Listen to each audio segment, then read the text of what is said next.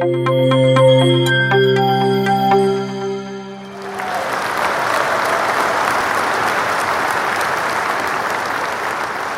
morning, District 98.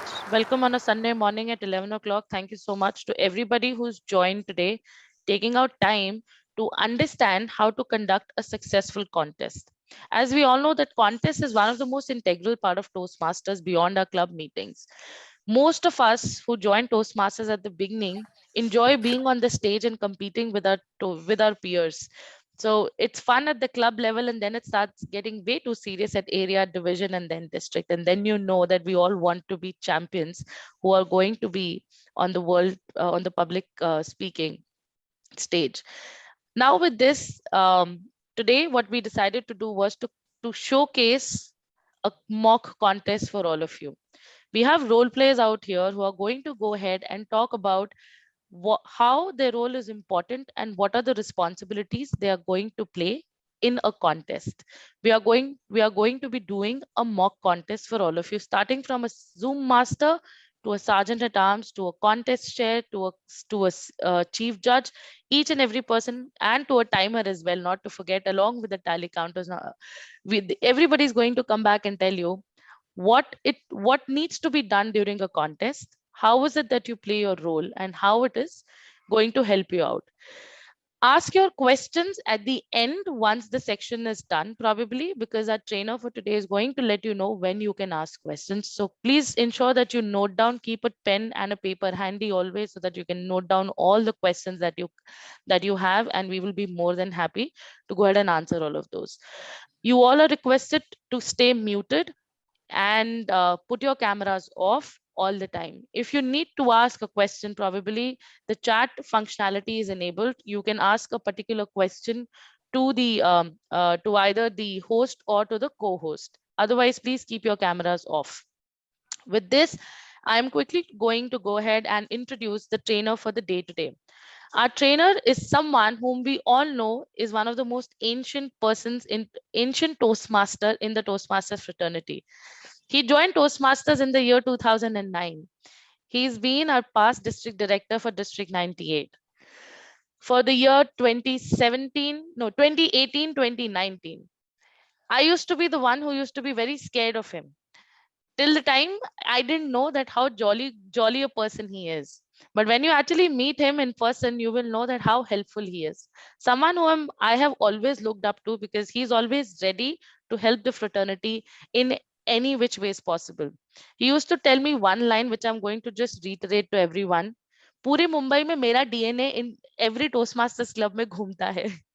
And yes, and that is true. Every Toastmasters club that has ever been opened in Mumbai, somewhere or the other, everyone knows who he is. So with a huge round of applause and a big smile on your faces, please welcome our trainer for the day today, Arvind Nair, distinguished Toastmaster. And I'll hand over the virtual stage to Arvind for taking the proceedings further and introducing the role players. Over to you, Arvind. Thank you very much, Sapna, distinguished Toastmaster Sapna. Fellow Toastmasters, welcome to this session on learning how to conduct a successful contest. Let me ask, why do we hold contests? Let me tell you why we hold contests. We hold contests because we get a chance to listen to some of the contest members who have excelled in their Toastmasters program. It also gives them an opportunity to get some experience. Then we can observe and learn from them. And also during a contest, we do need role players. And when we have those role players, when we practice those roles, we serve as leaders, learning to do the roles and in leadership, as well as how to conduct ourselves in teams. Now, I know the chat is enabled. So if you can tell me who all constitute a contest, who all are required for a contest. Can you just, is it possible for them to put in the chat, or it'll come only to? Yes, I've changed the settings. They can send a message to everyone. Okay, send a message to everyone to say who all are required for a contest. Or members can even raise their hand and we can, they can unmute and then talk.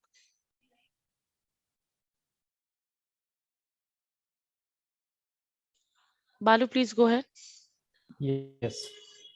Thank you. So we need chief judge, then contest chair, and we need 2 contest chairs and 1 chief judge for table topic speeches and international speech. Along with that, we need 2 tally counters and 2 timers. So 2 tally counters would be chosen by chief judge and 2 timers for contest chair and 1 Zoom master. So that is all so far I have learned. Thank you. And I think the answers are, that covers everything. And I was waiting for you to miss one, that is the audience. But I see that somebody has already put it there. Otherwise, you can't have a contest without an audience. Who are you going to speak to? And how do we come in and learn? So great that you have put in the audience as well. Now, what makes for a quality contest? 2 factors, in my opinion. One is the trained contest chair. He's the main person. 2 main people. One is the trained contest chair, and the second one is the chief judge, along with the team of experienced judges. So these are the 2 people who will conduct the thing.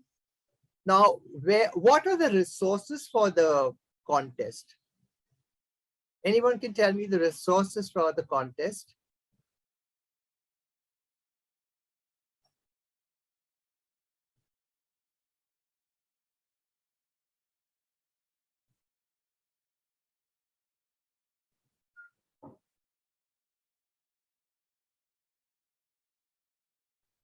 Arvind, do you want to rephrase the question probably? All right. What are all the requirements that you go through before a contest? Correct. The speech rule book, the ballots. That would include the contest materials, which are available on district98.org.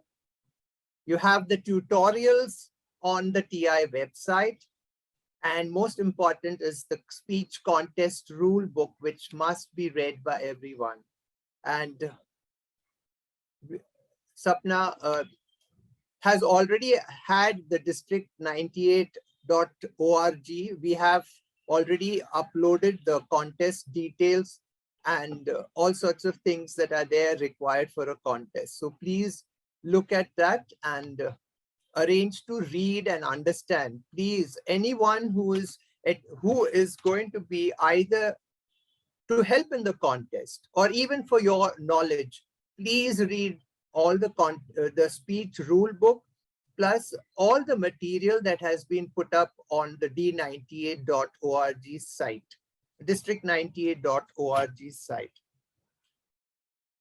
Now, there are important things about the timeline. Now, you must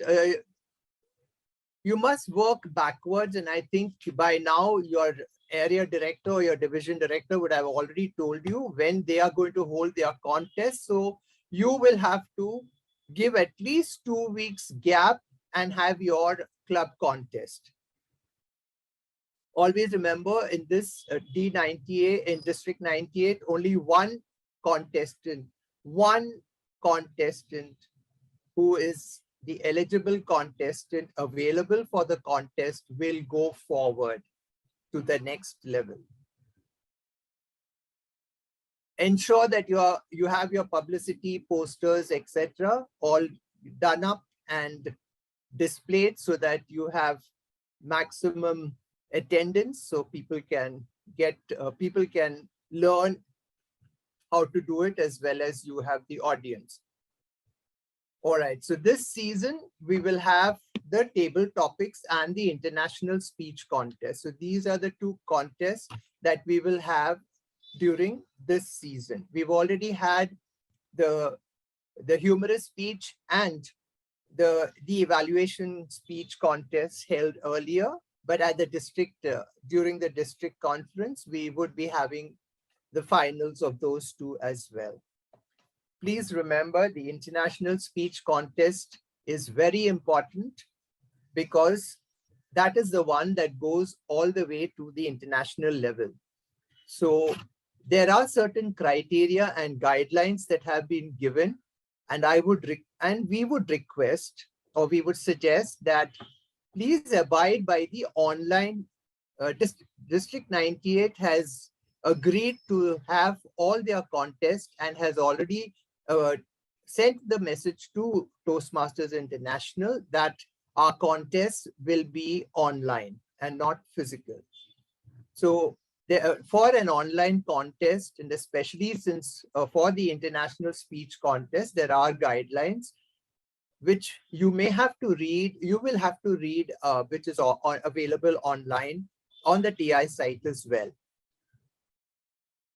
And ensure that the background, etc., is according to what they want and how it is. Because please remember, if the video is not clear and okay, then our contestant of District 98 can get disqualified or rejected. So we have to be careful. So in order that we are careful at the district level, let's start right from the club level. Have it done properly at the club level. And there are certain forms that need to be filled in because we are having it online. And if it is being recorded, then we need to obtain the permission of the contestants and all those who would be attending especially the contestants, because their video is going to go forward. And the others, of course, Toastmasters International has a particular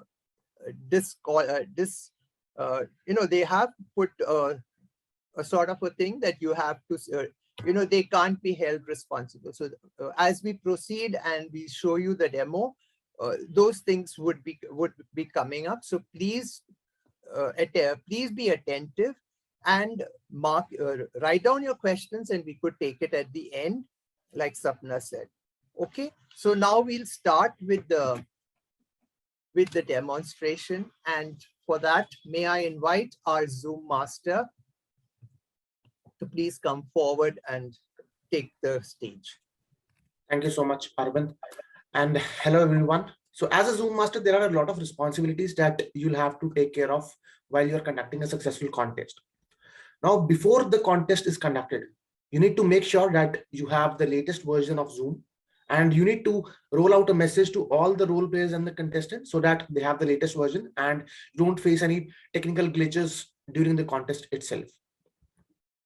Now, while you also need to ensure that there's a proper internet connection, you need to ensure that you have at least 2 Mbps as the bandwidth for your contest. And if in case you feel that you might be facing some technical glitches, or maybe due to the internet issue or the latest version of Zoom, you need to have a backup device connected as well. Now, on the day of the contest, you need to ensure that you start the contest at least 30 minutes early. And it is done so that you can get the audio video checked for the contestants as well as the role players. And while this is happening, you also need to ensure and keep a track of all the contestants that they have marked their place for the speech. And it should be as per the plan or as per the spot that they had decided during the dry run. While this is happening, you also need to keep a check on whether the lighting is proper on the face of the contestant or the role player, that his face is not dull and he's under the adequate set of requirements as per the TI guidelines. You also need to keep a track of all the contestants and the role players that they are having the proper naming convention, so that whenever there's a spotlighting needs to be done, or whenever you need to move a person to a breakout room, you can easily find him as per the naming convention. And if in case, let's say the role players or the contestants haven't renamed themselves, it could be your duty to rename them so that you are at ease when you're putting them either into the breakout room or you're spotlighting them. Now, there's an important thing that you need to take care of while you're handling the entire contest as a Zoom master, and that's the breakout rooms. Most of the contestants or the role players, they face difficulty in the breakout room. So you need to ensure that they have a smooth contest and they are at ease while they are using the breakout rooms. So it is your duty to ensure and keep a note of the breakout rooms. So let's say if we talk about the table topics contest, you need to have proper and adequate breakout rooms. Let's say if you have eight contestants in the table topics contest, you need to divide them equally into the breakout rooms along with the timer and the sergeant at arms. So there will be 2 breakout rooms with 4 contestants each and 1 sergeant at arms and 1 timer in each of the breakout room. And you need to ensure that they are having their audio video on during the entire time in the breakout room. And if in case, let's say a person drops out because of the internet connection, you'll have to admit them into the main room. And it comes with a lot of difficulties at times, because let's say there's a speech going on and one of the contestants drop out from the breakout room. You'll have to go as per the chief judge's prerequisite or maybe the guidelines as per the TI. Now, there's also a provision of recording the speech, but it is only done if the contestant requests in written. Else, there's no recording that needs to be done.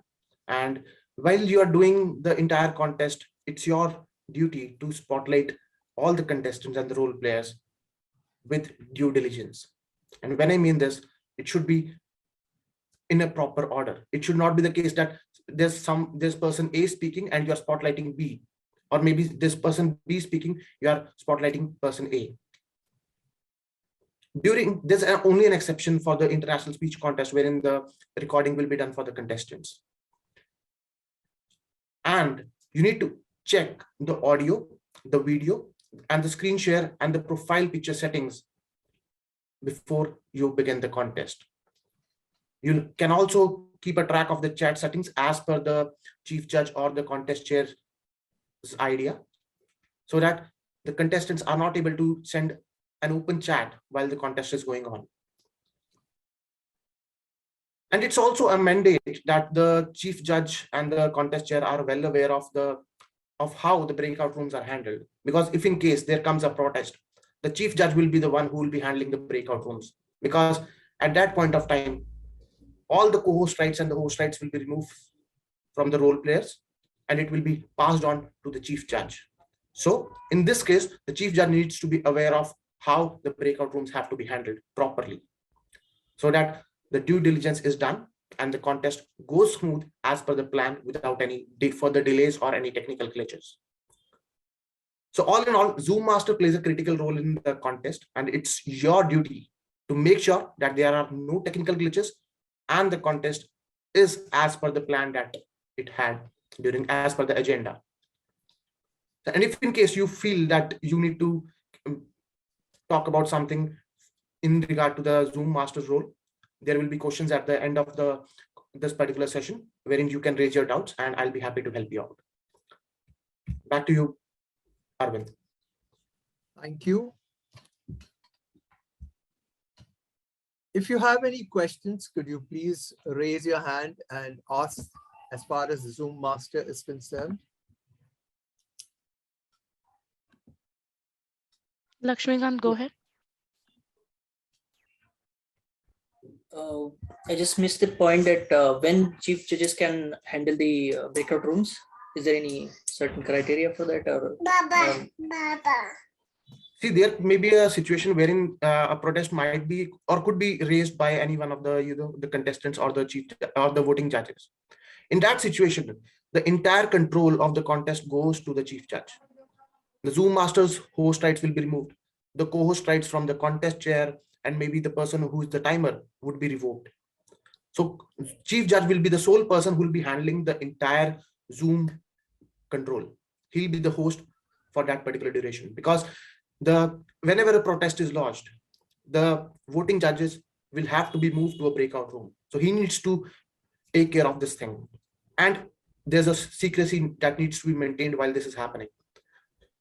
So it is recommended, and it's kind of a mandate, that the chief judge should know how to handle breakout rooms so that the secrecy of the entire situation is kept and the contest is as per the guidelines of the Toastmasters International. Hope that answers your question, Lakshmikant. Yes, got it. All right. Anyone else?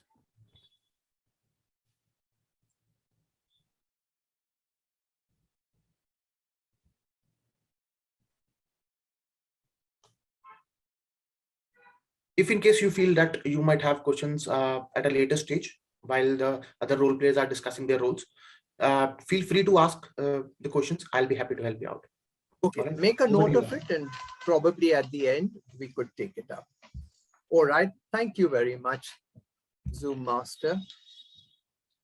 A very important thing that we need to know and do is to have the agenda. It depends on who the convener is for that. If it's the club, ensure the VP Ed or the VP Ed ensures that the agenda is prepared. And in the agenda, the flow is mentioned. So all role players at the club level or at any level get to know when you come in, because there should be a smooth handover, and not stand when the contest is or at the meeting and say, who do I hand it over to next? So let's not have such a situation. Understand who comes next and then hand it over accordingly, right? So now we would begin, because the Zoom Master has set the stage and the meeting is all ready. We will now begin with, and I will ask the Chief Sergeant at Arms to please come in.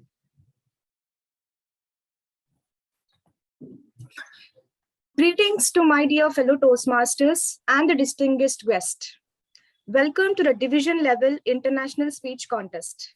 If it is at a club level, please mention welcome to the club level international speech contest. If it has area level, welcome to the area level international speech contest. I am Chief Sergeant at Arms Toastmaster Haripriya, and welcome to this online contest.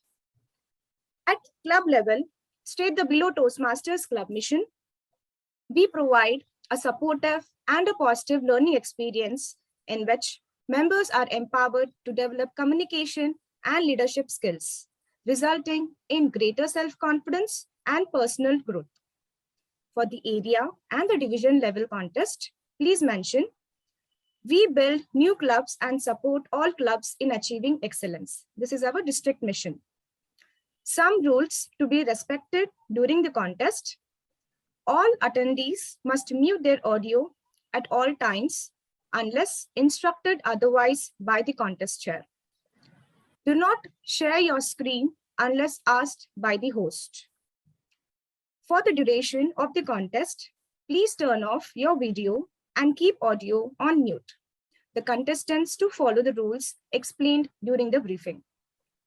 In case your video is allowed to be on and the contest is in progress, kindly refrain from movements that distract the speaker.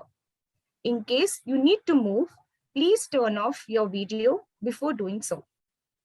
Once the contest chair starts the contest, this virtual meeting room will be locked and the waiting room shall be enabled.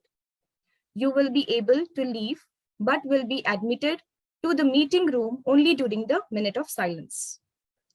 All the contest officials are required to follow only the suggested naming convention that has been shared prior to the contest itself.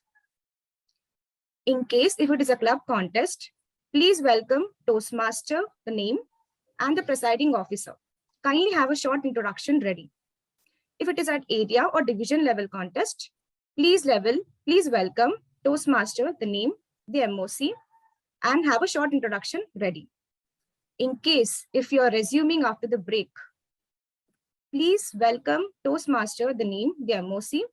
In case it is a different MOC, also have a short introduction ready. For a sample, please welcome our contest chair. He's a Toastmaster since 2009 and a member of our elite Advanced Toastmasters Club. He's an HR professional working in the space of individual and organizational transformation. He loves playing football and running marathons. Our contestant, Toastmaster Falgun. Now I hand it over back to our trainer, Toastmaster DTM Arvind Nair. Thank you, Chief Sergeant at Arms. That was done very well. There's one thing that I want to remind our members who are on this meeting. Please ensure that the mission is read at the correct mission is read when you are having the contest. Like it has already been said, at the club level, the mission of the club is to be read out, is to be stated. And at the area and the division and the district, we would mention the district mission. And please, like you have just heard the Chief Sergeant at Arms state the mission, do not rush through it. Please remember, contest is another way where we have guests and we could turn them into members. So when the mission is clearly and not rushed through, it helps that the prospective member understands that it's a positive and supportive learning environment, etc. Okay, so that's there. Thank you very much, Chief Sergeant at Arms. And now, may I invite the contest chair. Thank you, distinguished Toastmaster Arvind Nair. There are changes in the contest guidelines, and that's where this session on conducting successful contest becomes highly important. And thanks for the district team led by PQD Sapnauri and PQD advisor Arvind Nair for conducting this session. I will be dividing the role of the contest chair into two parts: pre-contest and during contest. I shall first share some of the key aspects of conducting and playing the role of the contest chair successfully, and thereafter we'll have a mock demonstration of the actual contest chair role. Before the contest, do note to share the contest rulebook with the contestants, the best practices for online speech contests. This is an important document because that's where the changes have come in. The speaker's certificate of eligibility and originality, and speech contestant profile. The speech contestant profile, it is again an important document for the contest chair for conducting the interviews post the contest.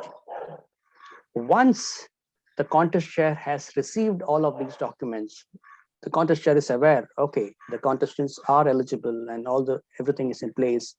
Thereafter, facilitate the briefing session, whereby you explain the contest rules and also draw the lots for the sequence of the contest. Here is the change from the early guidelines. Earlier, the timer was briefed by the chief judge. This season onwards, the timer will be briefed by the contest chair. Please make a note of this. That's an important change in the contest guidelines. Next, in case a contestant is unable to attend the contest briefing, they have to give it in writing to the contest chair that they are ready to accept whatever the speaking order they get. The contest chair has in advance to ask the pronunciation of the contestant name and also the manner in which the contestant wants the speech title to be announced. This is an important aspect. It's not just reading out the speech title. There is an essence, there is an element and the importance by how a contestant would want the speech title to be announced. And it's best to ask them, can you share a voice message on WhatsApp on your name, how it's pronounced, and also how you would want the speech title to be announced. That would give a complete clarity to the contest chair, and also he doesn't have to remember it. It's there in his WhatsApp. He can just refer to it once again before the contest.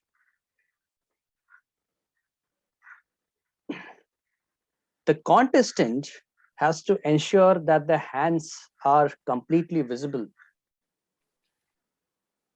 May I invite our program quality director, distinguished Toastmaster Sapna Ori, to demonstrate the same to all of us. Okay. Yes. So One can be either in the sitting position or the standing position. I am Sapna. actually in a sitting position right now, if that is okay with you, and my hands are visible. Yes. Yes. Do you want me to stand? Then I'll quickly just give me a quick minute. Yes. Yeah.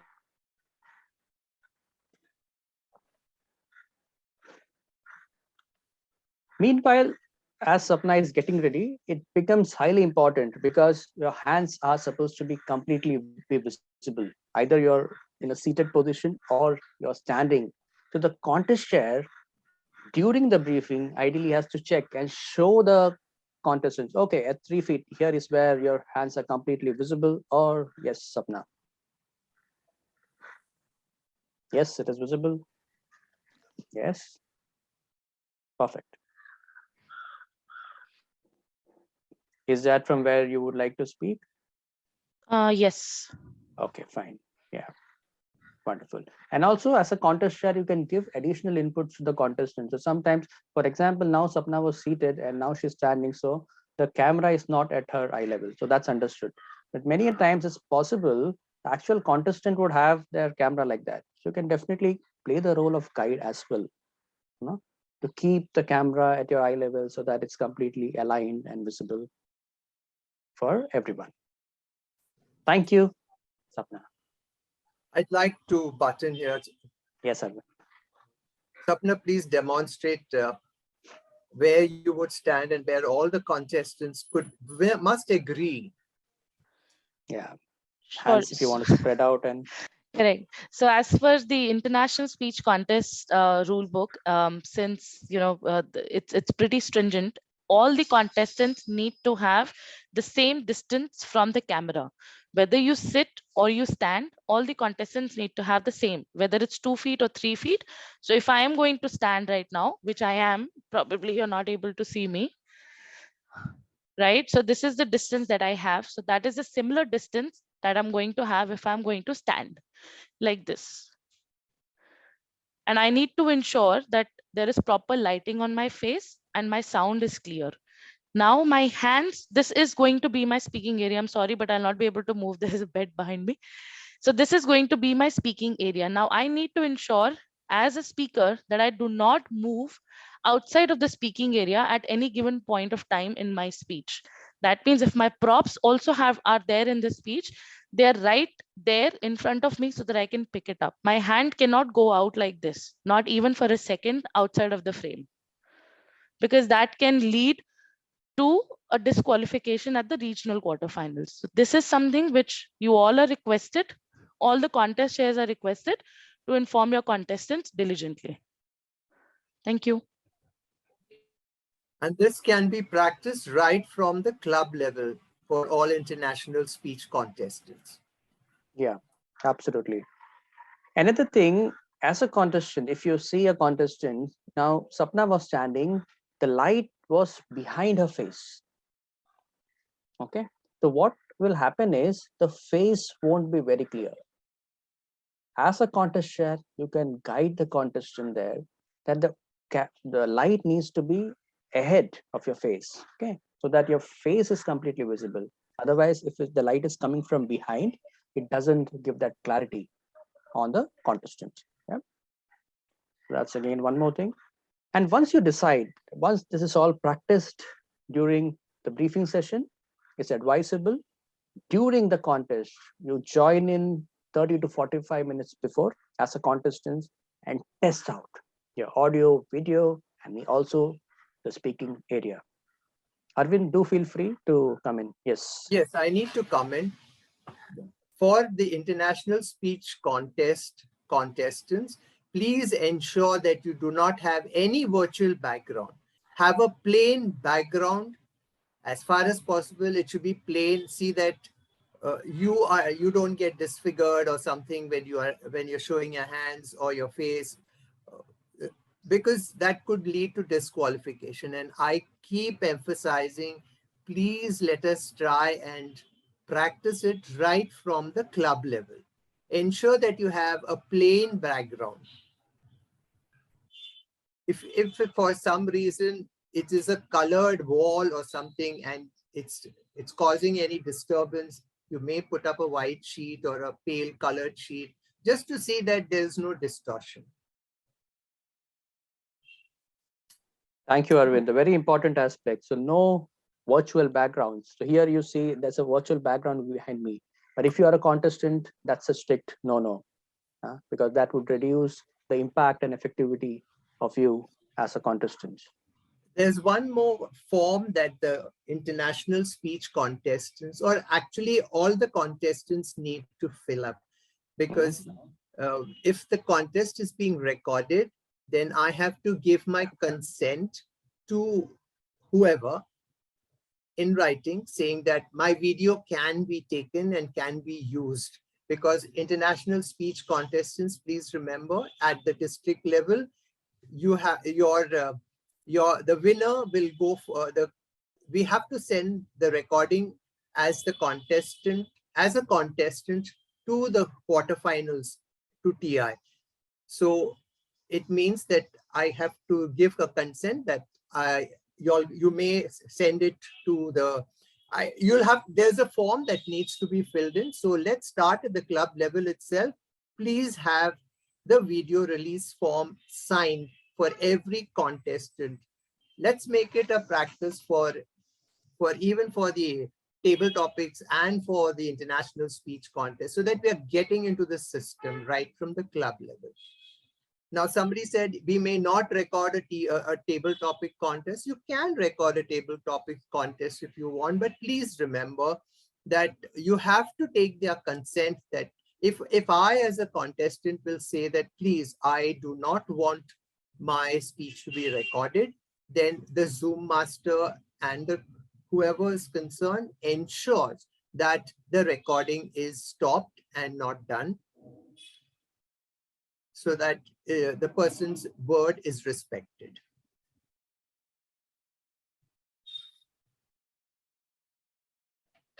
Thank you, Arvind, and thanks for that important input. And simultaneously, thank you for Sapna for posting those documents in the chat. So you can please see the chats in between. Sapna is continuously posting all the resources which is required for the contest.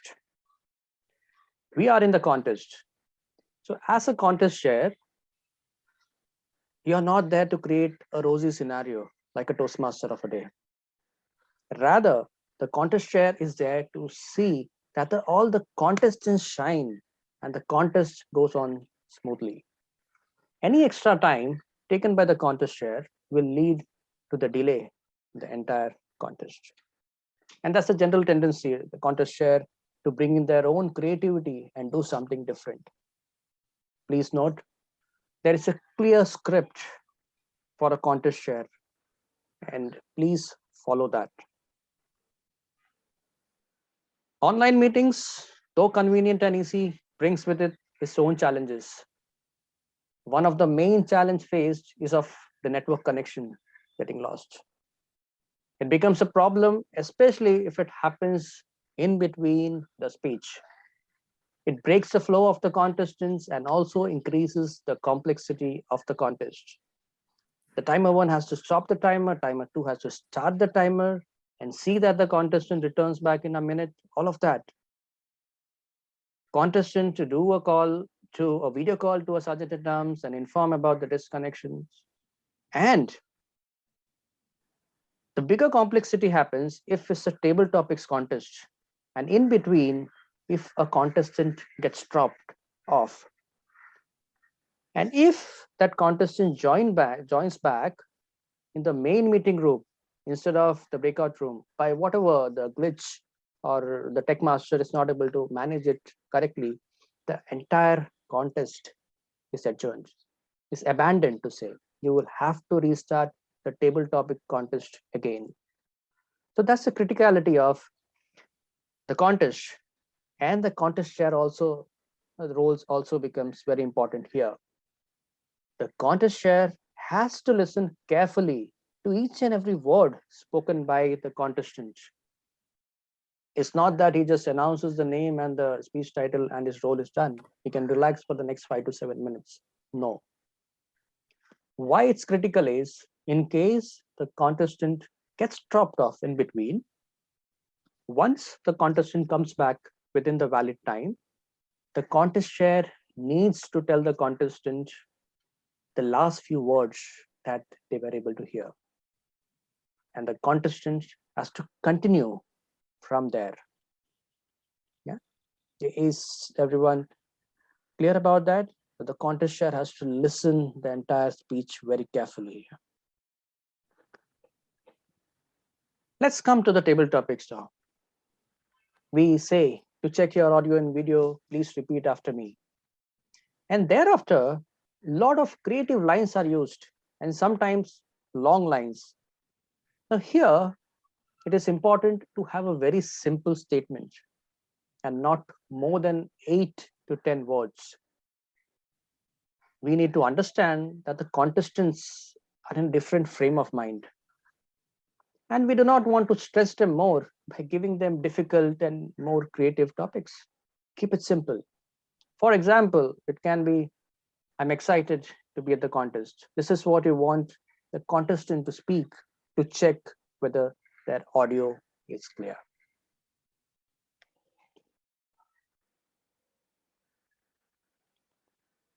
One important step in table topics, why I'm specifically going on table topics is because table topics contest is more complex than an international speech contest because of the breakout rooms involved and also these aspects of the contest getting abandoned. And one more thing, the table topics contest chair has to ask the contestant after that statement, okay, just tell I'm excited to be here at the contest. So that is said. The important line, am I clearly audible? Because it shouldn't happen that the contest shares network is having some issue or so, and the contest share is not clear or not audible. The contestants may unnecessarily suffer or may not be able to understand the topic. So that statement becomes very much important in the table topics contest. Am I clearly audible? And please remember, only after the contestant confirms this, the topic needs to be shared.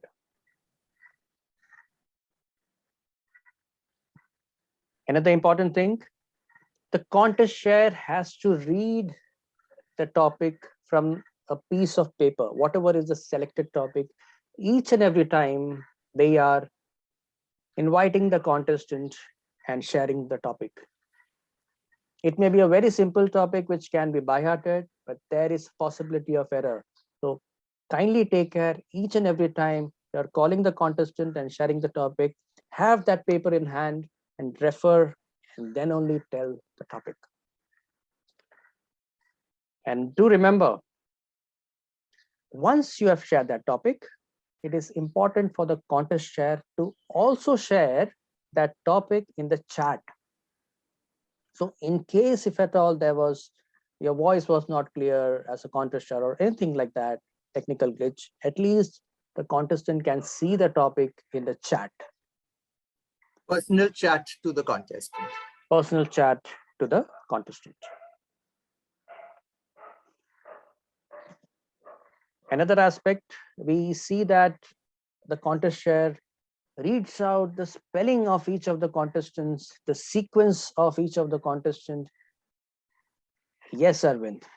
I need to come in here where you have the contest, the table topic contest chair reading out the topic to the contestant.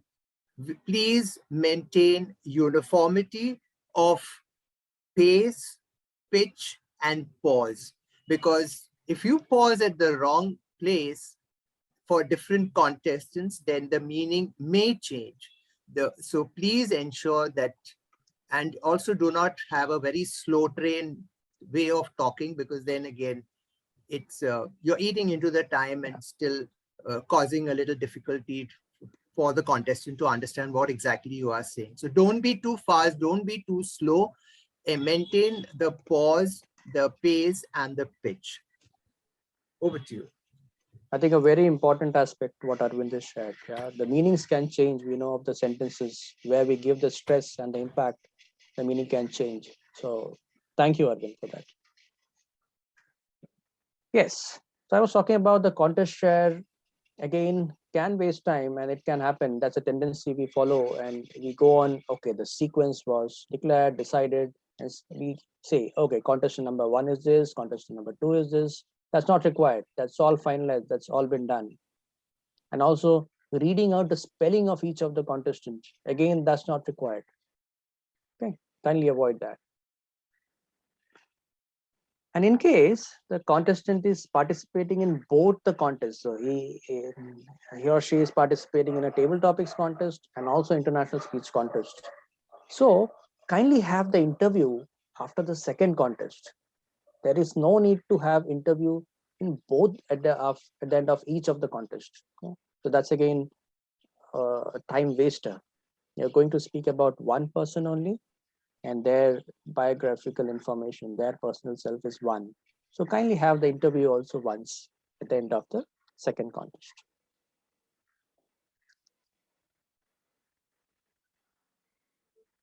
Yes. And another change, very important change in the rules is the timer one's report is what will be referred. We will by the chief judge. So we'll get to know more about once that role comes in. And now it's the time to the actual mock demonstration as a contest share. Is everyone ready?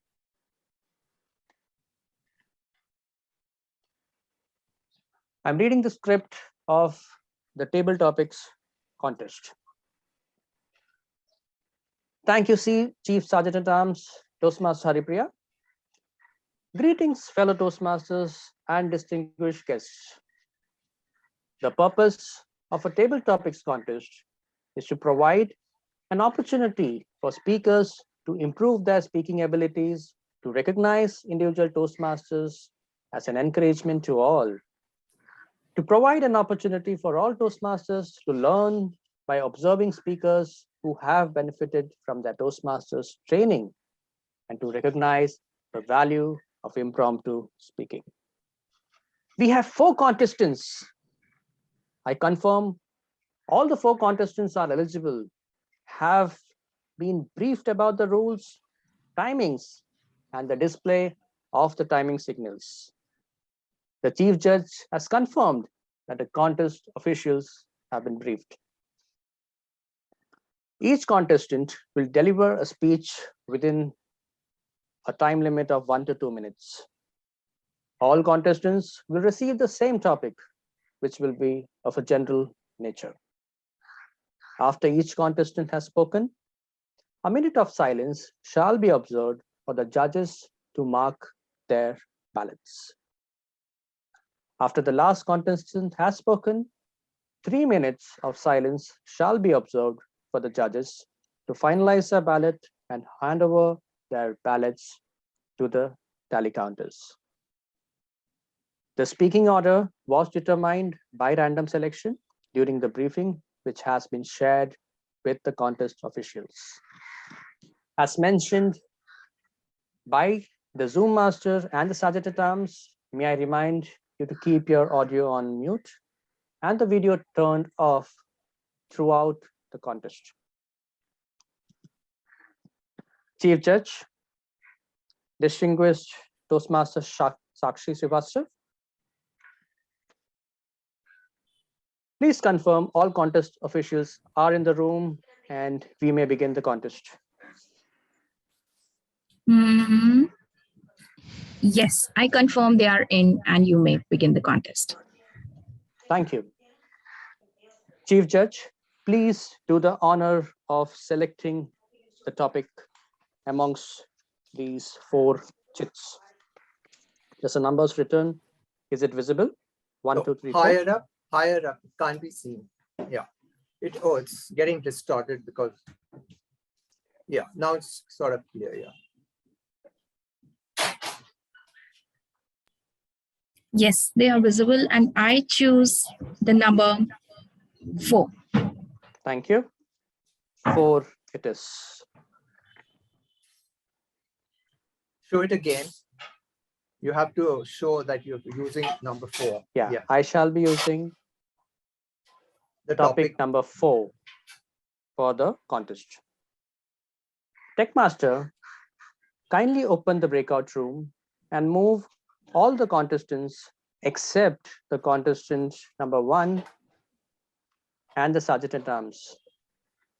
Please confirm once it is done.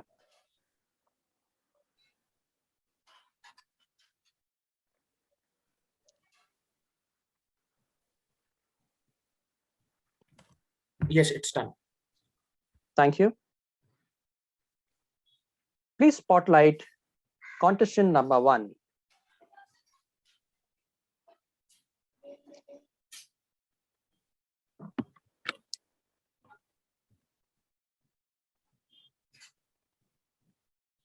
Can we have contestant number 1?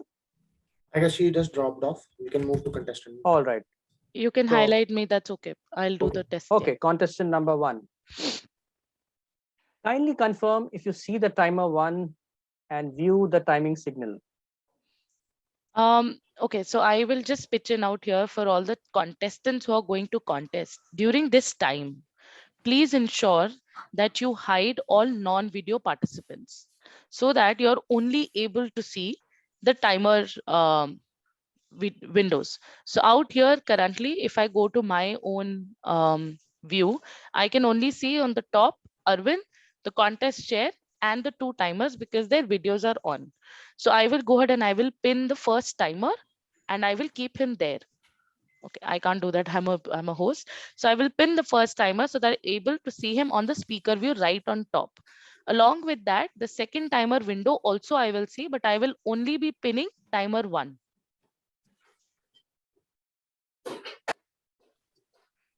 Thank you. Thank you, Sapna. So kindly confirm if you can see the timer 1 and view the timing signal. I see green, yellow, red. Thank you. Please repeat after me. I am excited to be at the contest. I am excited to be at the contest. Thanks. You are clearly audible and visible. Am I clearly audible? Yes. Thank you. Contestant number 1. Toastmaster Sapna Ori. Life is beautiful. Life is beautiful. Toastmaster Sapna Ori. I'm not going to speak, right? Thank you. Thank you. Over to you, contest chair. We shall observe a minute's silence for the judges to mark their ballots. Here you have to take care that you are seeing the timing signals. You don't ask or tell the timer, please signal me once the 1 minute gets over, which we have seen in a lot of contests in the prior contests. They ask the contest chairs, please tell me when 1 minute gets over. That's not required. Kindly look at the timing device, and once the signal turns to red, yes, here is where the 1 minute has got over. And then you call contestant number 2 and 3. After the last contestant, there would be 3 minutes silence. The third contestant has spoken, fourth contestant has finished, last contestant. We shall now observe 3 minutes silence to enable the judges to finalize their ballots and hand over to the tally counters. I'd like Master? to state something very important here. Please. The timers must not have any PPT to show the color signals. It must be background. It's available on Toastmasters International site, as well as I think we can give it to you, but please ensure that it is on the background. And just like you have seen, it should be the background and do not have do not have timer cards or PPTs, because that's what Toastmasters International has said. It can only be on the background, and it should not be a PPT or cards. Thank you, Arvind. Again, an important input. So it's a background. If you see of timer 1, it's kept as a background. There is no separate PPT also which flashed in for displaying the timing guidelines. Techmaster, please move the chief judge and tally counters to the breakout room and confirm once done.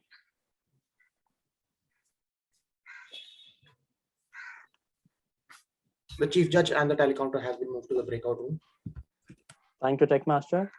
May I now request the Techmasters to spotlight the contestants in their speaking order to receive their participation certificates. And thereafter, we conduct a short interview by referring to the candidate information. And then we get all the contestants together in one frame and again capture that moment. The interview is optional, so please ask the convener or whoever who's in charge, maybe the area director or the division director, whether you would like us to have an interview taken to make up the time, of course, but you can only give the certificate, and like it has already been mentioned, only present the certificate to the contestant. If the contestant is going to participate in the next contest, then no interview for the contestant for the first contest. Right.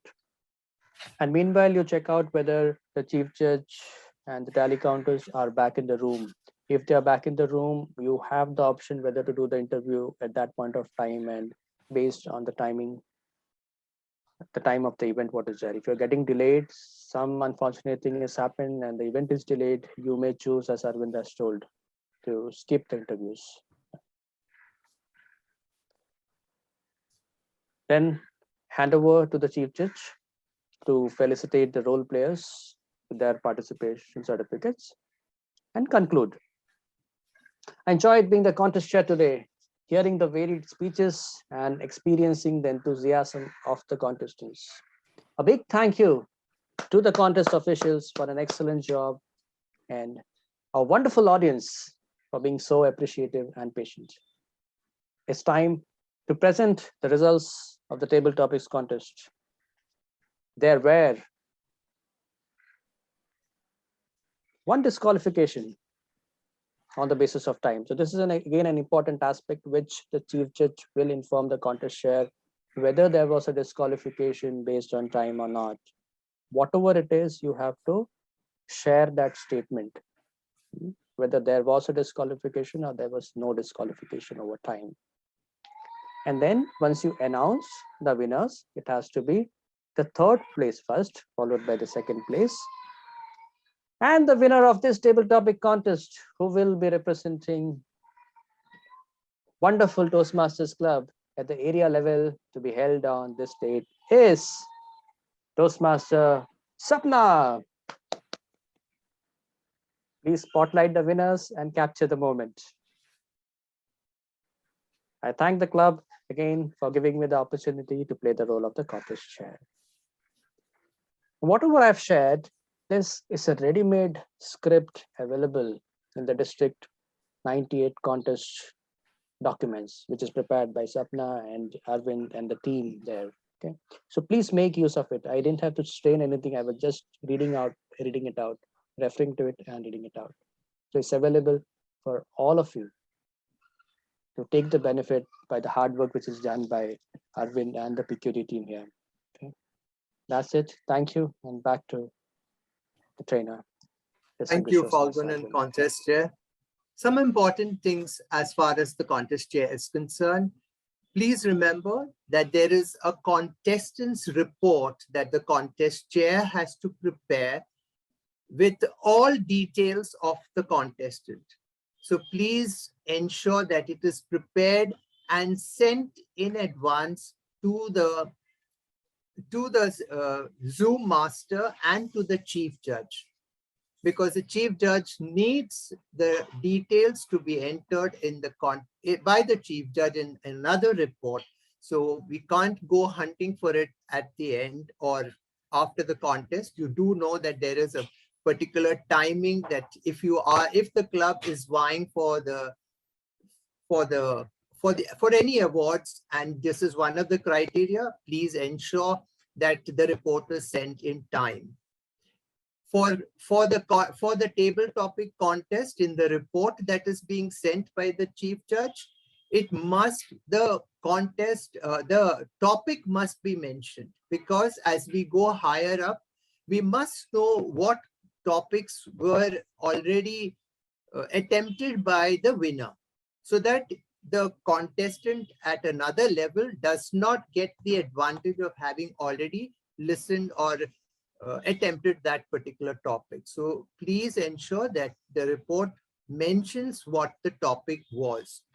Now, there's many a time there is a thing asking who should bring the topic. Now, it's actually the contest chair needs to bring the topic, but I would say as we go higher, it can be along with the chief judge, and the contest chair can decide which are the topics that should be taken and decide, and that is okay to do.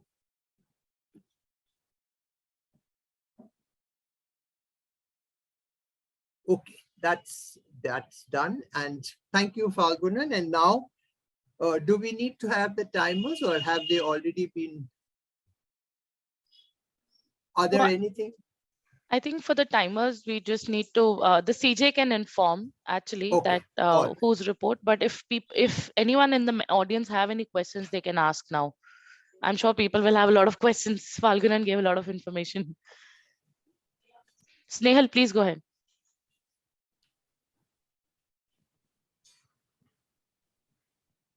Yeah.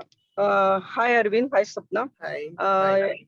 Yeah, I'm Snehal, and I have a question regarding table topics contest. So every CJ sets a ground rule for technical glitch, like if a contestant drops off, he sets either 2 minutes or 1 minute. He gives a time to come back. So sometimes it is 2 minutes, sometimes it is 1 minute, and sometimes it is half a minute, which I feel is not practical for a contestant to come back anyway. So is there any recommendation from district? So what time is appropriate for CJ to like as a CJ, if I have to set a ground rule, what time is appropriate? This is all mentioned in the contest documents that have been put up, but for the benefit, it's going to be 2 attempts of 1 minute each for both the contests, or for all 4 contests at the district level. Okay, so sure. That will be, the contestant can make 2 attempts of 1 minute each. Within 1 minute, they need to come back. Okay. So if the contestant has already utilized the 2 attempts and goes off again at the 3rd attempt, then the contestant cannot be brought back. The judges will judge on the basis of whatever they have heard till then, and then the next contestant comes in. Okay, sure. Thank you. Only 2 attempts. Sure. Thank you, Arvind. Jyoti, go ahead. Jyoti has raised the hand. Thank you. Thank you, Sapna. I have 2 questions. One is, what is the latest time by which the contestant can be added to a club contest? Means you can tell it in terms of before the briefing, after the briefing. And second question, shall I ask immediately? Yeah. Okay. Second question is, if any contestant drops, then what happens to the sequence? What happens to the sequence? Does it need to be done again, or how it is done? Drops as in what? Okay, I understand. If any contestant is not able to participate in the contest, then what happens to the sequence? Okay, so adding If it is okay, Arvind, I can take up that sure, please question. go ahead. So ideally, we have recommended that the briefing of the contest should happen 72 hours before the start of the contest. Because since we are in an online world, there's a lot of coordination that needs to happen. So maximum to maximum, I would say, because there is no hard and fast rule from TI as to by when can you accept the contestant, to participate. They say that when the contestant knows that he's going to participate, he needs to ensure that he has all the documents filled, which is the contestant's profile and contestant's eligibility, which he needs to hand it over to the contest chair and let him know that I'm ready to contest even before the contest chair has begun the contest. So an ideal recommendation to all will be, because you would know that you are going to contest, do it at least 72 hours before, because that is where the briefing will happen. In case if it was an emergency, you could not, like if it's, then I would say 48 hours before, but it cannot happen that suddenly you get up. It has happened in offline world wherein we wanted to, the contest was running and then in the break we go to the contest chair and say, oh, can I contest as well? That is good enough during the offline, but I think in online, let's be more prepared, because there is a lot of work that goes behind the scenes for preparing a contest. For as a district, we have given you 72 hours of recommendation, but if there is a specific case that comes up, we would suggest that you can reach out to the PQD office to discuss the same.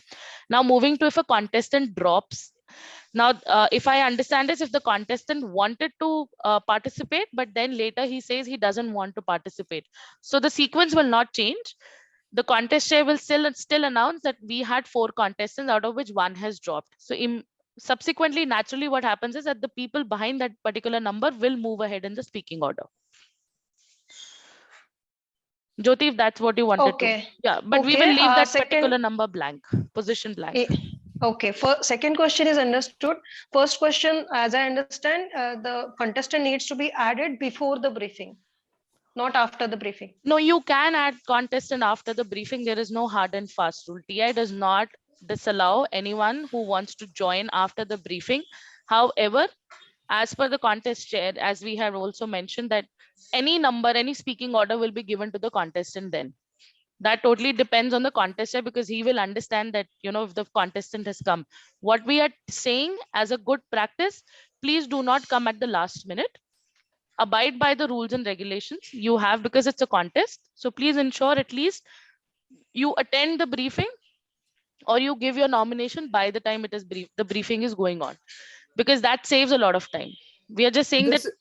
Sorry, Arvind, go ahead. No, it's okay. This is normally at the club contest, but as you go higher, your contestants are already known. So. Correct. Yes, yes. Thank you. Thank you, Sapna. Thank you, Arvind. Thank you. Deepak has raised his hand. Yeah, thank you, Sapna. Thank you, Arvind, and everyone for this session. With respect to technical difficulties, I had one question. Say in club contest, the network of the contestant fluctuates during when he's speaking. Say it comes and goes. Will it be counted as the first attempt, in the sense that he's getting connected, disconnected, or his voice is fluctuating, or even though he's connected, he's not exactly completely disconnected, he's speaking on his own, but people are not able to hear him properly? What would happen in such case?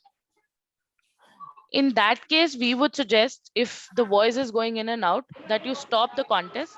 The CJ will stop the contest, and he will ask the contestant to either change the network that he or she is on, because there is no point if you are there and we can't hear you, because it is a technical issue, right?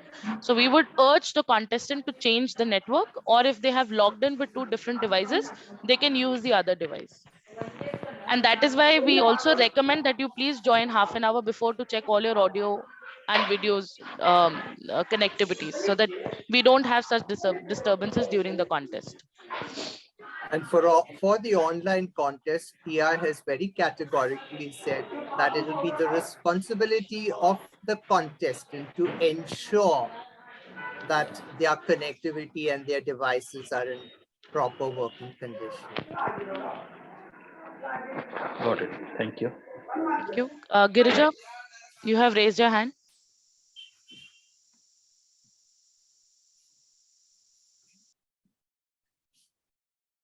Sorry. Yes. So in the table topic contest, we have to give the same topic for all contestants, right? Yeah. That's what is Yes. already chosen by the chief judge. Or, you know, in a physical contest, what happens is we used to ask one of the guests to please come and pull up one of Right. So Yes. here, because it's a virtual thing, so the chief judge will say, okay, so and so number. Okay. So you prepare, say, 3 topics, and then you will ask the chief judge to choose one, and that is the topic. Yes, ideally you will have 3 or 4, more than 3. Let's have 4 topics.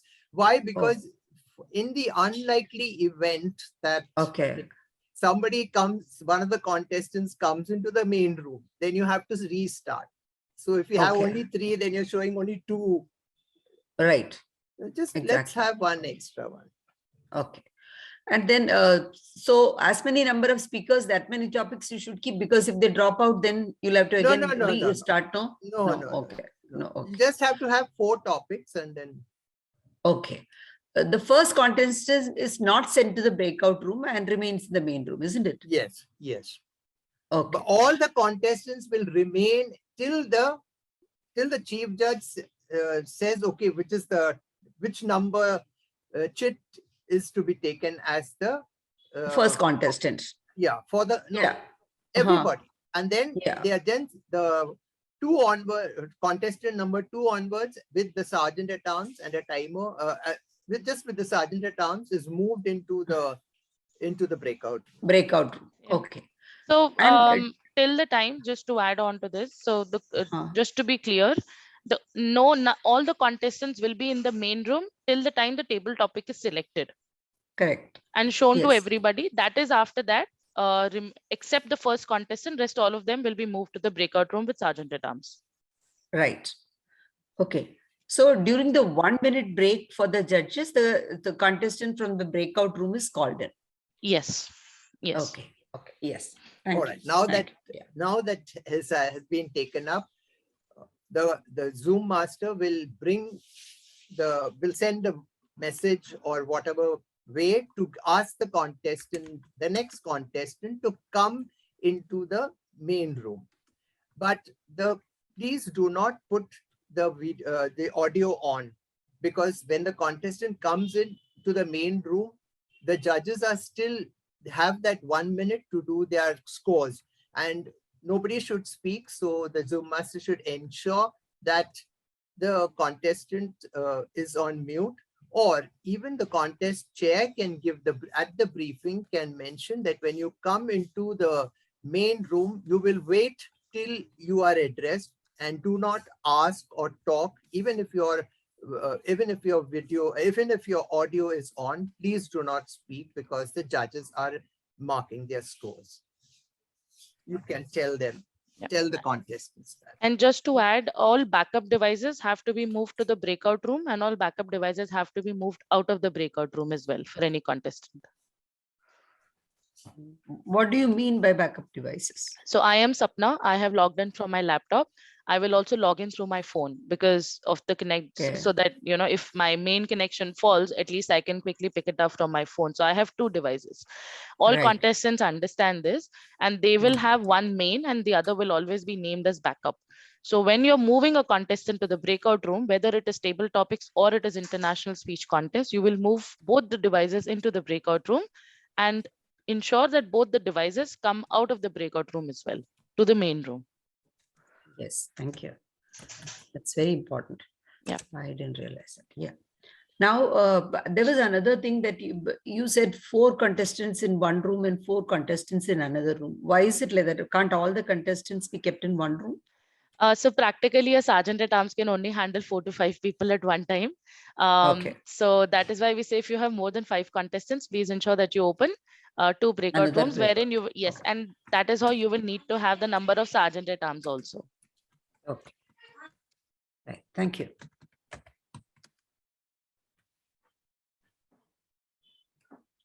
Krutika has a question. Krutika? Yes. Thank you. I wanted to ask, is there any minimum number of contestants that we need to have for a table topic contest? I've seen that we have like maximum 10 or so, but is there any minimum number of contestants that we need to have? There's no minimum number, but the more number of people who contest is better. But try not to have more than 10 contestants, because that would, you're taking a toll on the judges. If you have 20 contestants, then you decide how you want. If it's at a club level and you have 20 or odd contestants, then you all have to decide, have a mock contest, have some other contest, whatever way you have a contest. But the actual contest, which is going to be reported to the PQD's office, let's have it as 10 contestants, because you're going to, because that's what the ballot says also, 10 contestants. And also please have a heart for the judges. Yeah, thank you so much for bringing that up. So trust me, during the evaluation or the table topics contest, and we have seen 20 contestants at one time. And by the time judges, you reach beyond 5, you are drained out. So I would request all the clubs who want all of their members to participate in the table topics. If you're going to have more than 10 contestants, even if it is 11 or 12, please get 2 semis done at your club contest with 2 different set of judges, so that you can have the top 3 from both the contests participating in the finals. Okay. Yeah, thank you. Thank you for that. Thank you. So it will be unfair for the contestants. That is the reason, because the judges, like we've already mentioned, there's fatigue sets in. So it's unfair for the contestants who are numbered later on. So please. Okay. Kusuma, Okay, thank you. In case there is only one contestant, so they can be nominated for the next. You can nominate, but if you hold a contest for that one contestant also, and if the contestant goes over time, and you have reported that we are holding a contest, then that club or that area will go unrepresented into the next level. But if you say that we are not holding a contest, but if a club decides to have a contest, or say we want to have, you can have a contest, but don't say it as a contest and report it. You can do it as a nomination. But if you are holding a contest, all rules, regulations, as mentioned by Toastmasters International, must be followed. Kusuma, go ahead. Yeah, I just wanted a confirmation. You said that there would be something like 4 topics. I'm guessing that the 4 topics will be suggested by the chief judge. No, it's not by the chief judge. The chief judge and the table. See, now what happens is the table topics, the contest chair could be, you are also a member of that club. So let's take out any bias. So let the contest chair and the decide on the topic. So put it simple, it's always a contest chair who decides what topics it is. Nobody else knows apart from the contest chair what topics that he has decided. And he will only open them once whatever number is selected, he'll only open it on that day. Generally, the rule, or I would say a good hygiene thing, is that you put it in an envelope, you put numbers on the envelope and you show it, because it's better.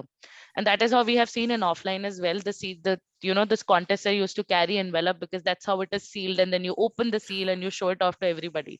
Okay, this is the topic, because nobody else can see it obviously from far. So that's a good habit that you can inculcate. But it's always nobody else apart from the contest chair should know what the topic is. Okay, thank you. Thank you. Aruna? Thank you, Sapna. Well, I have a quick question. In case if we have only 3 contestants, either for IC or for the table topics, are we announcing all the 3 winners, or should it be just first 2? Because they're just 3. No, that's fine. Until and unless you don't have a disqualification, you will have to announce top 3 winners. If there is a disqualification, it's always the first or the second. If there are 2 who are disqualified, then it is always the one person who's met all the qualified criteria. Okay, no problem. Thanks for clarifying. Welcome. Great questions, guys. I'm really happy that you all are asking so many questions, because it's important for all of us to have amazing contests.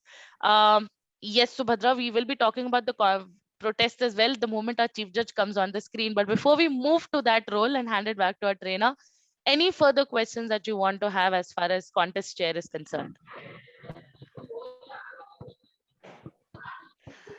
Okay, just one piece of information. I am sure Falgunan would have covered it, but during the international speech contest, the contest chair, as per the script, is going to ask the all the other except the first speaker if they wish to be moved to a breakout room.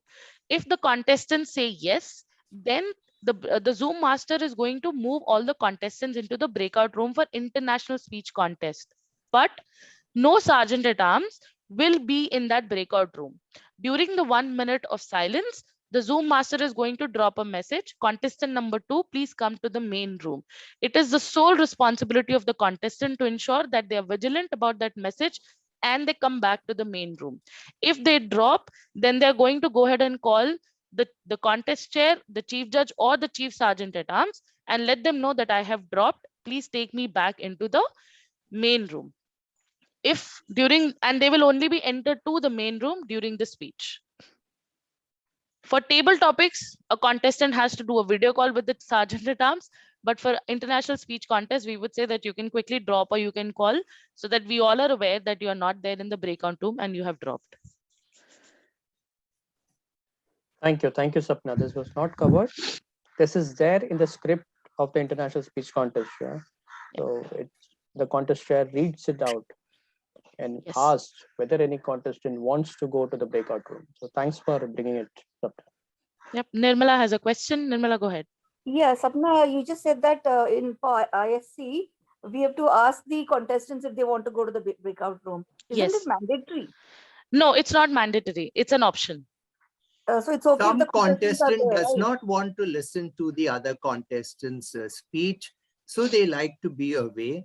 Yeah, And, that's exactly. but it has to be asked, or even at the briefing you can ask, but ensure that you also, for courtesy, if I have changed my mind on the morning of the contest, I need to go to the breakout room. So just out of courtesy, again, ask on that day, does anybody wish to go into the breakout room? Okay, okay. Good thing you cleared it. I always thought it was mandatory. No, it's not mandatory, at least for international speech contest and humorous speech contest, it's not mandatory. All right. Thank you so much. Thank you.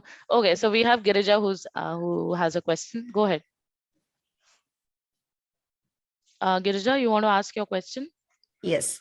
Say there are 4 contestants and 2 may want to go to the breakout room and 2 may want to remain. So that's okay, right? Yes. Only those who want to go. Okay. Correct. Thank you. Yeah. Thank you. All right. I hand it over back to Arvind. Thank you so much, Falgunan. Thank you. And there was a lot of questions and clarifications. And now we come to the main person, the second main person of the contest. May I invite the chief judge to take over? Thank you so much, our trainer, DTM Arvind Nair. So today I am serving as the chief judge for the contest, and I would like to share my screen here for reference of our audience members. May I request the Zoom master before I start to allow me to share my screen? Okay. Go ahead. Is everyone able to see my screen? Can you make it in the presentation mode if possible? Because I don't know why it's, yeah, that's great. And put it in the presentation. Thank you. Is that fine? Yes.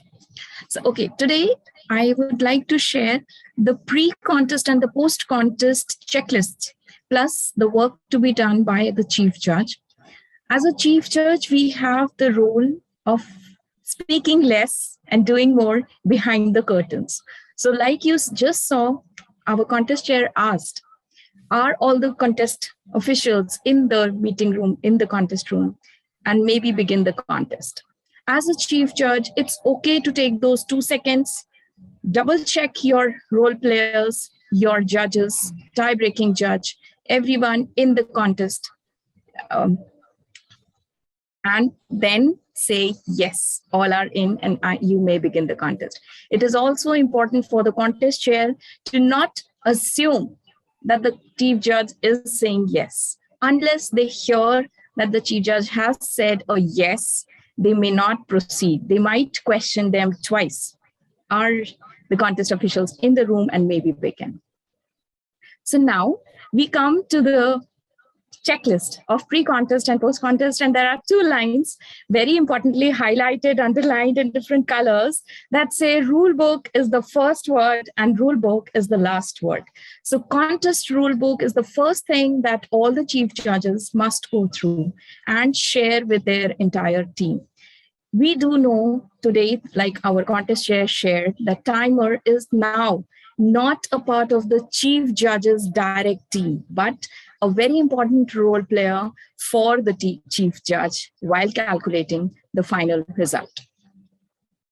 Now, first thing that we refer to pre-contest is timelines, which says at least 15 days before the contest, the chief judge must be assigned, appointed. Second, 10 days before the contest, the chief judge must have his or her role players, team members ready with backup. At least 7 days prior to the contest, all the documents from the voting judges, the tie-breaking judges, and the both of them should be with the chief judge. At least 3 days before the contest, all the judges and tie-breaking judges, along with the tally counters, must be briefed about their roles. And third is, at least 2 days before the contest, the chief judge may go through a dry run or attend a dry run, which the contest chair is having for the contestants. Also, the chief judge may be there for the contestant briefing. Next point we come to is, I will come to the post-contest again later. Right now, I'm talking about the pre-contest preparations that the chief judge has to do. Second is the team. The chief judge's team includes voting judges, tie-breaking judges, one judge, and the 2 tally counters. The count of judges, especially the voting judges, is for the club to area. It can be a minimum of 5 judges, voting judges, plus 1 tie-breaking judge and 2 tally counters. From division contest onwards, a minimum of 7 voting judges, 1 tie-breaking judge, and 2 tally counters. District can have 3 tally counters.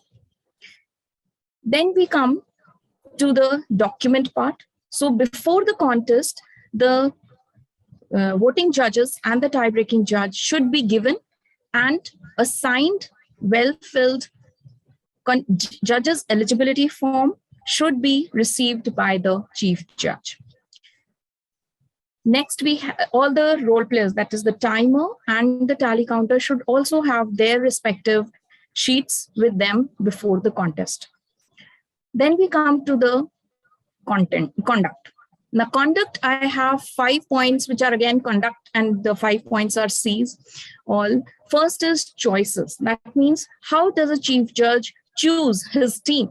So, especially it's very important for the voting judges and the tie-breaking judge that they have to be at least a level 1 and 2 complete paid member of their club, or from the past, before the path, the traditional from the traditional curriculum, they must have done at least a P6. One more thing, it's not just the eligibility of the judges, it is also the count of the judges. Though it is recommended that you have a minimum of 5 at a club and area level, you may have more. It is recommended to have at least a backup count of 3 plus 3 judges. Now, out of those 5, although it works for the club, at area level, the chief judge may choose to have at least 1 voting judge from each of the clubs in the area. Now, if at all you have 1 voting judge from 1 club, you must also have 1 voting judge from other clubs. Except, please note, the exception is that a voting judge cannot be from a club that has a member in contesting of the same contest on the same date and time. Second thing is, next we come to our tally counters may be new or experienced members, but their briefing has to be done perfectly well. Then we have Yes, amongst the team, one more thing, the tie-breaking judge is appointed as count one. There is only one tie-breaking judge who reports to the chief judge only. Now, we can have a backup tie-breaking judge, someone that you may have talked to, but not confirmed because it is known to you only. Only thing is, just in case your first choice of the tie-breaking judge has for some reason is dropping or something, you have a backup tie-breaking judge with you there. The most important condition for all the voting judges and tie-breaking judge, along with the tally counters and the timers, is they all have to be present in the contest right from the beginning until the results are announced.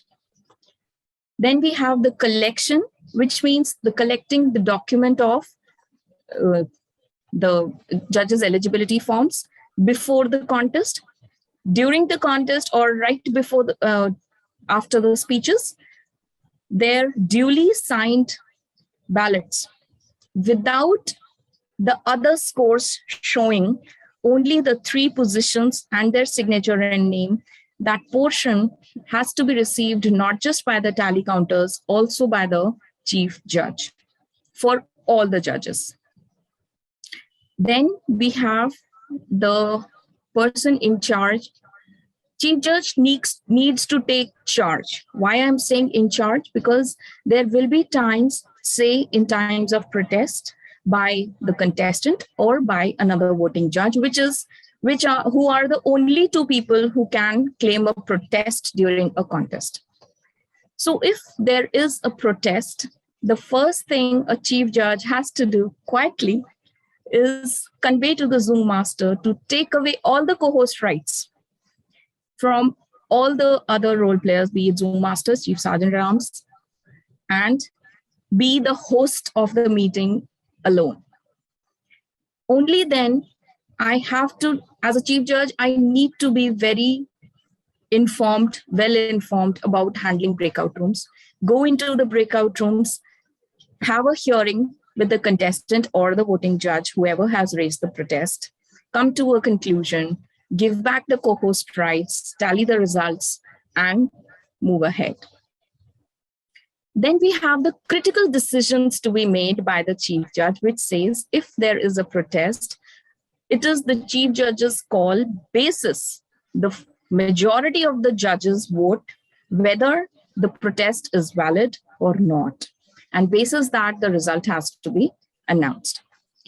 Second, here I have written a recontest. Now, it was questioned earlier, and here I would also like to reiterate that there are 2 cases, majorly 2 cases, when we may have a recontest. One, when a certain member, a contestant, has dropped from the meeting twice and is still unable to connect back.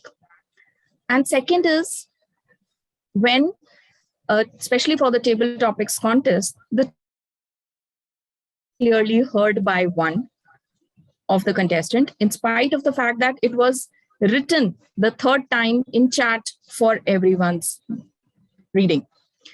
And on that same line is when a table topics contestant is in the main meeting room while another table topic contestant was speaking.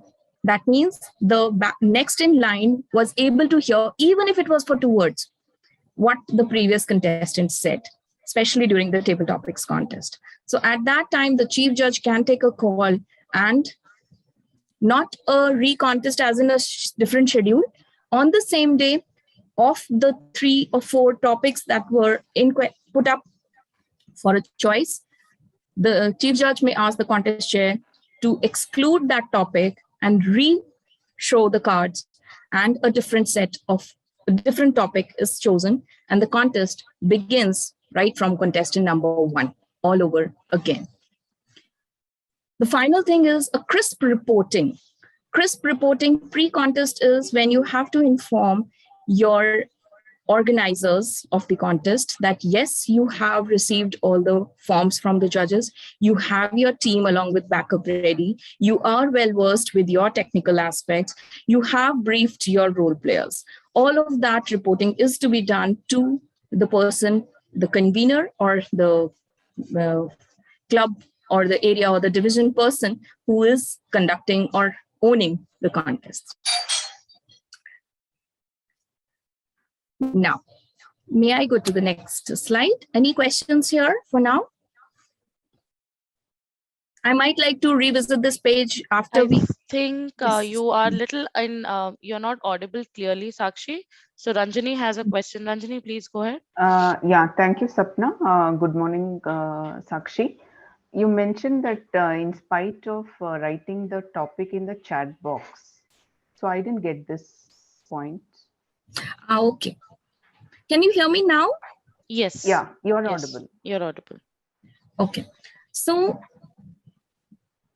it is a guideline and a mandate by Toastmasters International that the topic, especially for the table topics contest, has to be repeated only twice. Yes. Toastmaster contestant 1, Toastmaster A, XYZ, XYZ, Toastmaster A, done. That's the way the contest chair announces the title. So just 2 repetitions of the title. But just in case the audio of the contest chair is dropping or there's an intermittent lag between the while speaking the topic and the contestant is unable to, the guideline is you may type the title the 3rd time for everyone's knowledge so that everyone in the audience in the main room is able to read. Or you may send it out personally only to the contestant and not for the audience because audience is No. supposed to hear. Yes, please. Not for just the to, audience. not just for the still not- correction. Okay, Ranjani, to put it pretty simply, okay, if there is an audio lag, so right now Sakshi is speaking, even the contestant will confirm because during the if you when a contest chair was doing the test, he asked me as a contestant if he is audible to me or not, and I confirmed yes. Now during when he is actually speaking the topic to me, probably I can face a little lag and I cannot stop him there and then because it can come even for a second, 1 second or a 2 seconds, right? During that time, we advise, or even it is advisable, I have just shared the link in the chat, page number 14, everybody is requested to go through. The contest chair, after he is done speaking the topic twice, will only send the topic in a private chat to the contestant. That's about it. This is the only change that we have from the regular contest that we've been doing for international speech contest. Yeah. Thank you, Sakshi.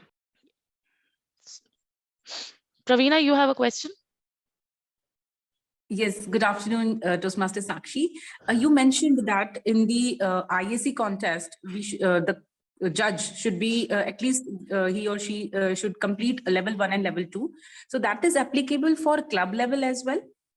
Yes.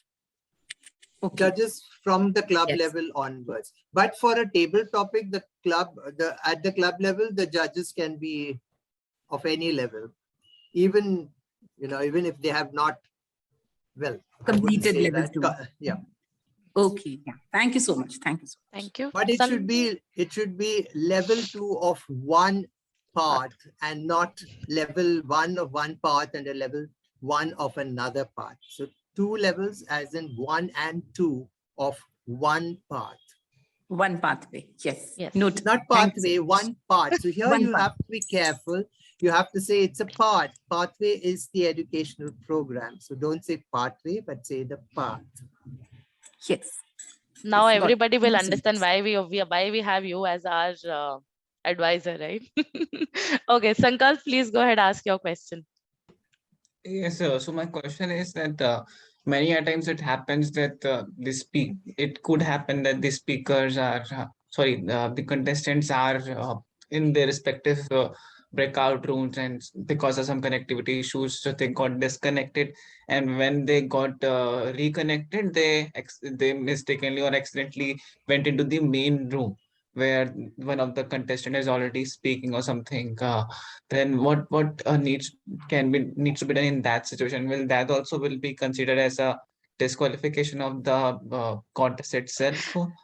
Okay, so it should not happen. That is why we say you need to lock the meeting room, which means you need to enable your waiting room so that if anybody drops, they will only come to the waiting room and will only be allowed during the 1 minute of silence. Okay. Okay. If by mistake what you're saying happens during the international speech contest, it is fine. But if this thing happens during the table topics contest, the entire contest will have to be abandoned and restarted. That means you will follow the entire process of selecting another topic. All contestant sequence will remain the same and you will restart the entire contest with a fresh topic. Okay. Yeah. Thank you. Rishikesh, go ahead. Yeah, I have a question regarding after the contest. So the clubs who are vying for the Diamond Club Award, so how Chief Judge will report that how we have proceeded with the contest in particular club?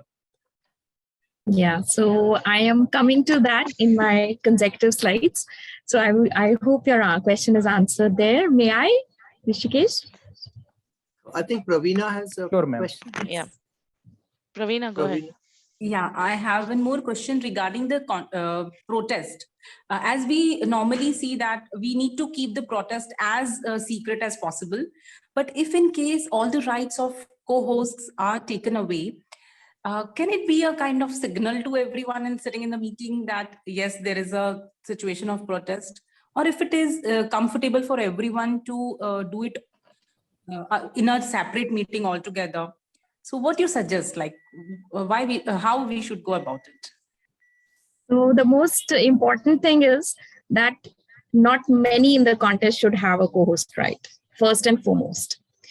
So obviously the one whose co-host rights are being taken, since especially even the timer is sharing a virtual background, so even the timer does not have a co-host right.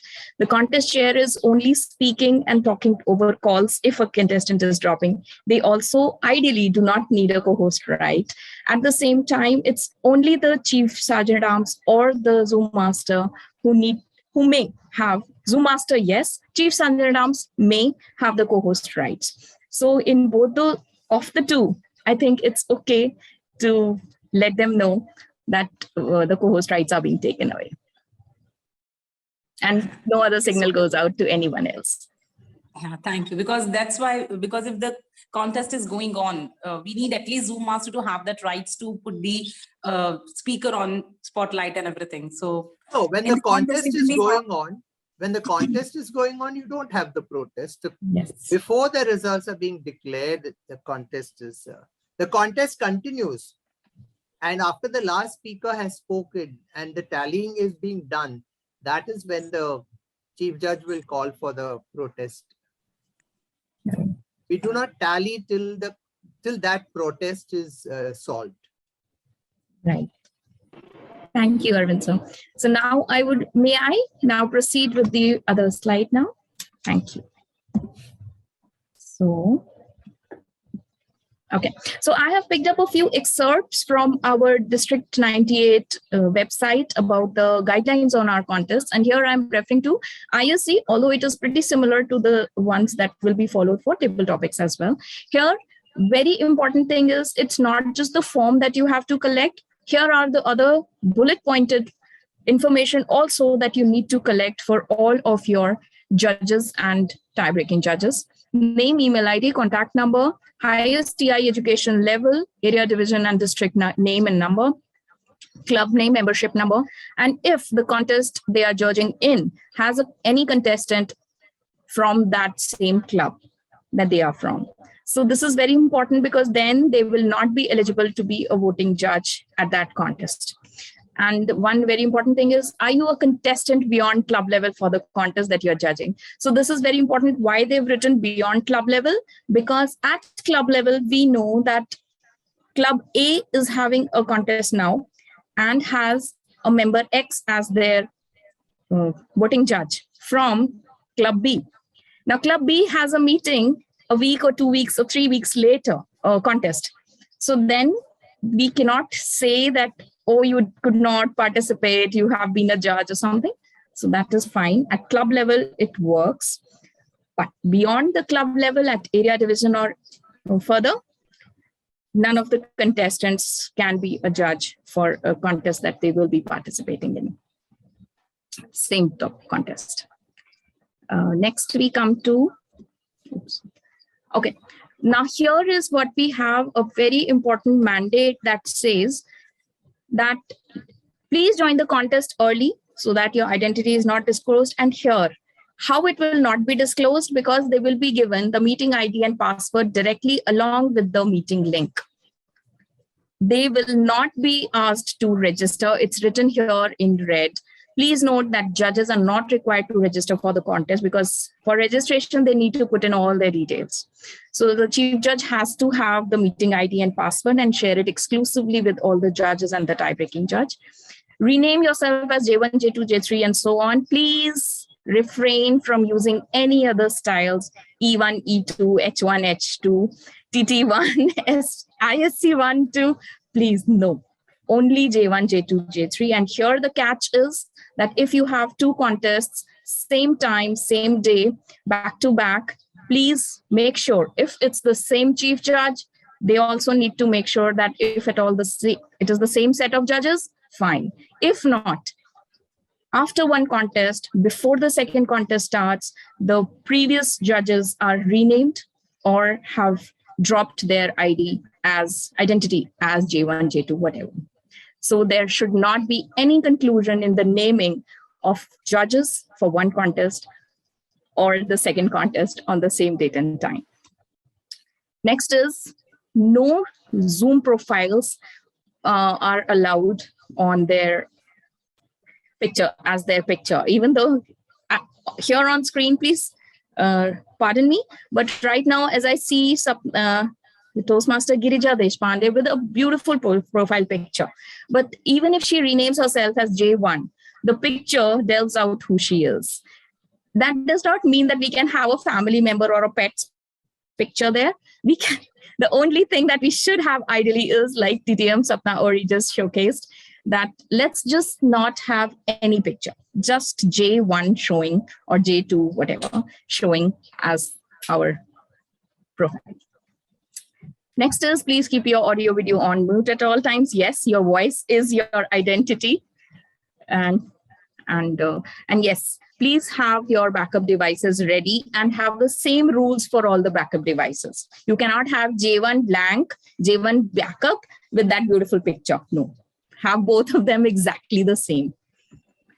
Next, I have another slide. Here, just to add on, sorry, yes. Chief Judge, just to add on, why we are asking to have backup devices is that most of the time, as our Chief Judge has already mentioned, right, judges can also face issues. Now, with voting judges, we always have plenty of them.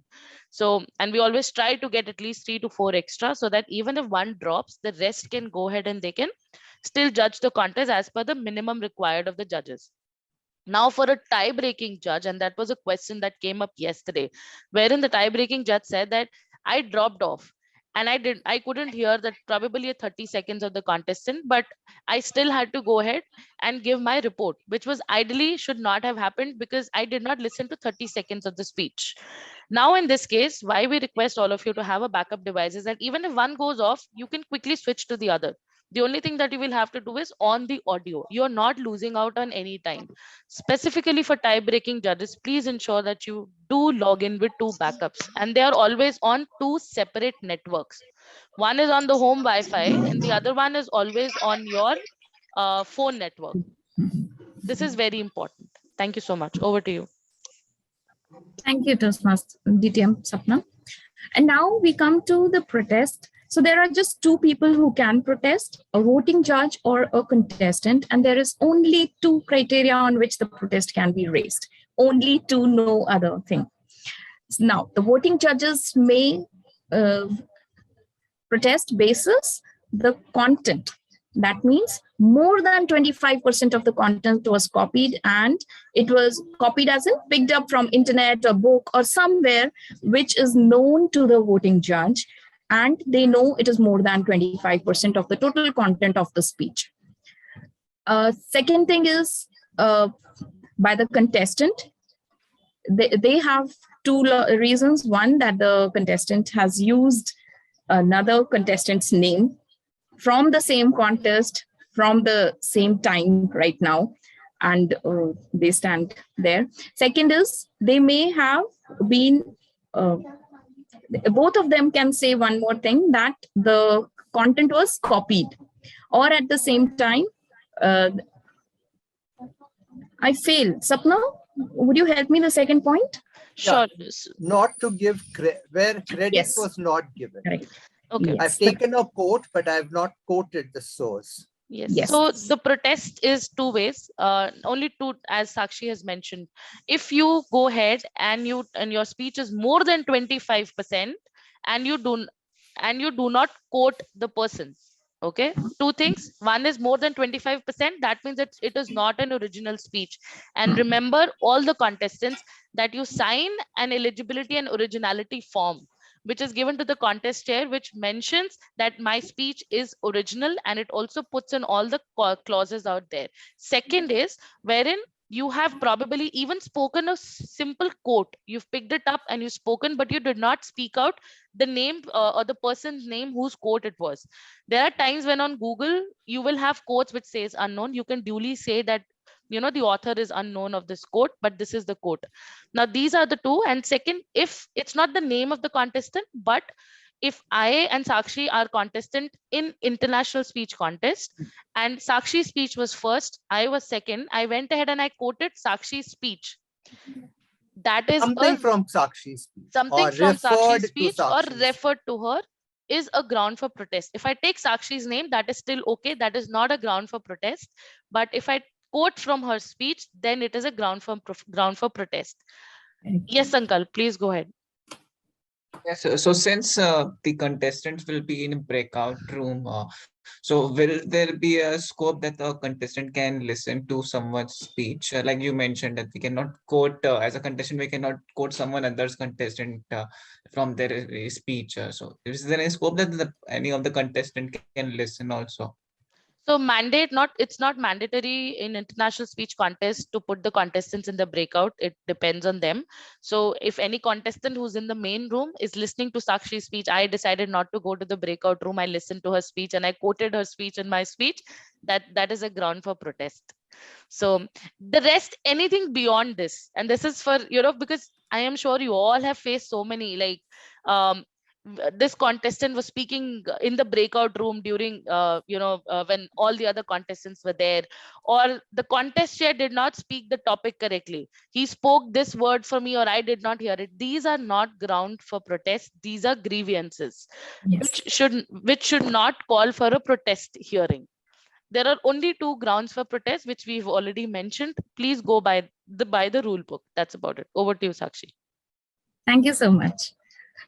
And there's one thing that the word protest hearing means that whenever there is a protest for, in fact, by a voting judge, the protesting judge has to show proof, and same applies to the contestant. They have to show proof that where it's picked up from, be it from the past speech or from the net, anywhere, internet.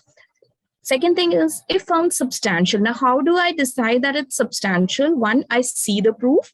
And two, especially a protest by a contestant, the majority of the voting judges need to agree that, yes, this holds for ground of protest. One very important thing is, how will I handle protest, or how will I, as chief judge, hear the protest? For the voting judges, all the voting judges on their ballots have to write protest while handing over their ballot to the tally counters as well as the chief judge. That indicates and that makes the chief judge know that there is a reason. Now, I will ask that voting judge why it was put up, and the tie-breaking judge does not put up a protest. The voting judges do put up a protest. That is also very important. Second is that voting judges have to, once I hear that particular voting judge, I have to ask the other voting judges. And then together in that breakout room, we come to a consensus, whether it stands ground or not. Similarly, for a contestant, I will, if a contestant is raising that protest, they have to talk to the chief judge directly, and I will hear that contestant, move them out of the breakout room. Alone in my breakout room, I will obviously, like I told you, I would have taken up all the co-host rights from everyone else. I will open my breakout room, invite my judges over what here. We will all connect and have that hearing. After that, again, we disperse with a consensus and I come to a conclusion. A majority of the voting judges here, like in red, it says, must concur with the decision to disqualify. And the decision is final. Next, I would like to come. Okay. So Sakshi, ask for any questions. I am sure our members will have a lot of questions. Arvind also has a point to add. I think ask questions, go back to the protest because yes, I did. Let's have people asking questions. Arvind, go ahead. And members, please ask questions if you have. This is how you would resolve the protest. As the chief judge says, the voting judges will not sit there and say, I agree or I don't agree. They would send a WhatsApp message to the chief judge of their decision. So no other judge will know what I have said. Then the chief judge will then decide and say that, thank you, we have a majority of the judges who have said no, to disqualify. So we would disqualify, the contestant is disqualified. And then the tally is made without that person. And the announcement during the results is made, was disqualified. That's all. Yes, anybody else wants to? Subhadra has a question. Yes, Subhadra.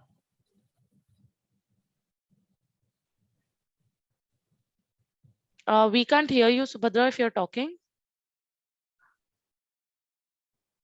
Okay, Lakshmikant has a question in the meantime. Yeah, so 25% content should, if that is been copied, then only we can say it is ground for protest, right?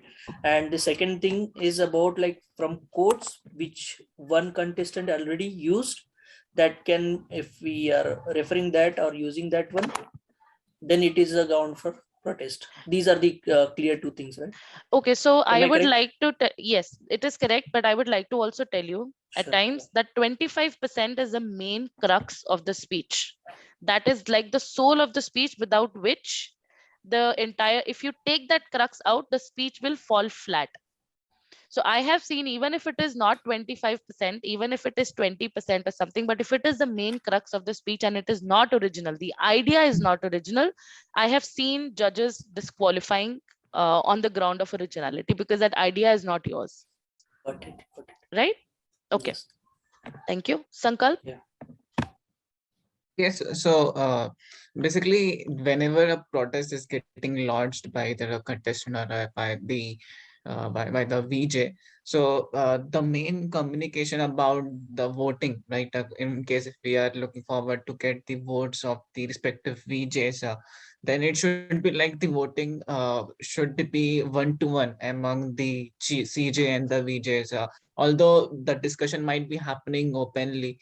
Within, I mean, not openly in the sense among the VJ and CJ, but the respective vote is something which everyone have to share confidentially, either a WhatsApp chat or something. The CJ, it should, discussion can happen openly, but the voting has to be 1-to-1. That's the right point, right? Yes, and a contestant will lodge his protest to the contest chair and not to the CJ directly. The contest chair will tell the chief judge that there is a protest. Okay. Yeah. Okay. Thank you. Not in the main meeting, but send via vote.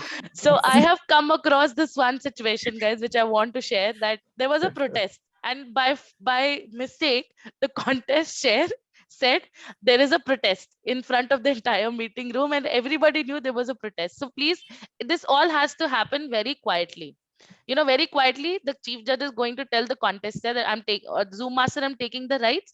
Chief judge will tell the contestant that, okay, please either prolong the interviews or give people an extended break so that he can resolve the issue by then.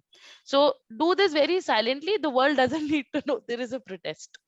Okay. Yeah. I think we'll give a chance to Subhadra before, because she had raised her hand. Go ahead, Subhadra. I'm sorry. No worries. Actually, it is not a question, but I just wanted to tell my experience in District 98. Last time when the humorous speech contest was going on, the chief judge allowed the tie-breaking judge to be in the room when the protest was going on. There was a protest, and the chief judge allowed the tie-breaking judge, and I protested as one of the judges. I protested and said the tie-breaking judge cannot be there in the room. But then the tie-breaking judge went out and then came back into the breakout room and said, I have spoken to one of the PQDs, and the PQD has said that it is okay for me to be there in the protest room, but I don't have the right to vote against or for. But as far as I know, and you have pointed out, the tie-breaking judge cannot be there in the room. So may I request you to please, when you put out these notes for the chief judge, can you just specify this and highlight this point over there? Because it has happened, and I'm an experienced Toastmaster, and I've been in Toastmasters for a very long time, and have been a chief judge and many a time, and I've also handled protests. So when I said they just went out and said, and I didn't know what to say. So I just kept quiet because the chief judge was an youngster, a small girl who is just, still studying in one of the colleges. Sure. So, I think it's already mentioned in the guidelines as well, because if you see on this one is that a majority of voting judges, we've not mentioned tie breaking anywhere. Yes. So I think it's already mentioned, but if, if you face anyone in the audience today faces such kind of issues, you all are educated now, you can always reach out to the PQD office wherein we can clarify. But please understand, once it has happened, the contest is closed, we cannot do anything about it. That is something which everybody has to understand. Once the results are declared, the contest is over, we cannot do anything about it. So thank you for that, Subhadra, for bringing it up. I'm sure it's a learning for all of us. Thank you so much. Girija, go ahead. Arvind sir has a word. May Sorry? I please? Arvind sir please. wants to add. Yes. Sapna, we've already crossed the time. Can we ask the meeting to be extended? Yes, please. If everybody's interested, they want the meeting to be extended by another 30 minutes. I think that's the last part that we have with the CJ. Yes. Can you all raise your hands if you all agree that the meeting can be extended for another 26 minutes to be precise? We can finish it off by 1:30 max. Thank you. Thank you. Thank you very much. Girija, please go ahead. So here we have mentioned that only the voting judge and the contestants can protest. So does the script include that the audience, members of the audience cannot protest? Or does it say that only the voting judge and contestant will protest if they have any? This is part of your briefing. So this is not there in the script. It's part of the briefing, and it's also there in the speech rule book. Yeah, but then if audience, somebody protests, then what do we do? He can take a walk. Yeah. Okay. Actually. No, but do we tell the audience that, okay, No, you don't have to tell the audience. Now it is very clear. We have got so many members here. We've got the district officials also. They can very well tell them that, if somebody stands up and says, I protest, all the contest chair can say, please sit down, or the chief judge will say, please leave the room. You're not supposed to disrupt the contest. Very good. Thank you. Okay, thank you. Move over to you, Sakshi. Go ahead. Thank you. So now we come to two things. First, the contest is over. First sheets to be collected are the timer sheets. Here, I have not shown it here, but we take both the timer sheets from both the respective timer 1 and timer 2 as chief judge. And first thing to be noted is, was there a time disqualification? Second is, if there was no time disqualification, but still the sheet shows a special remark by the timer, I need to talk to the timer. What is that remark for?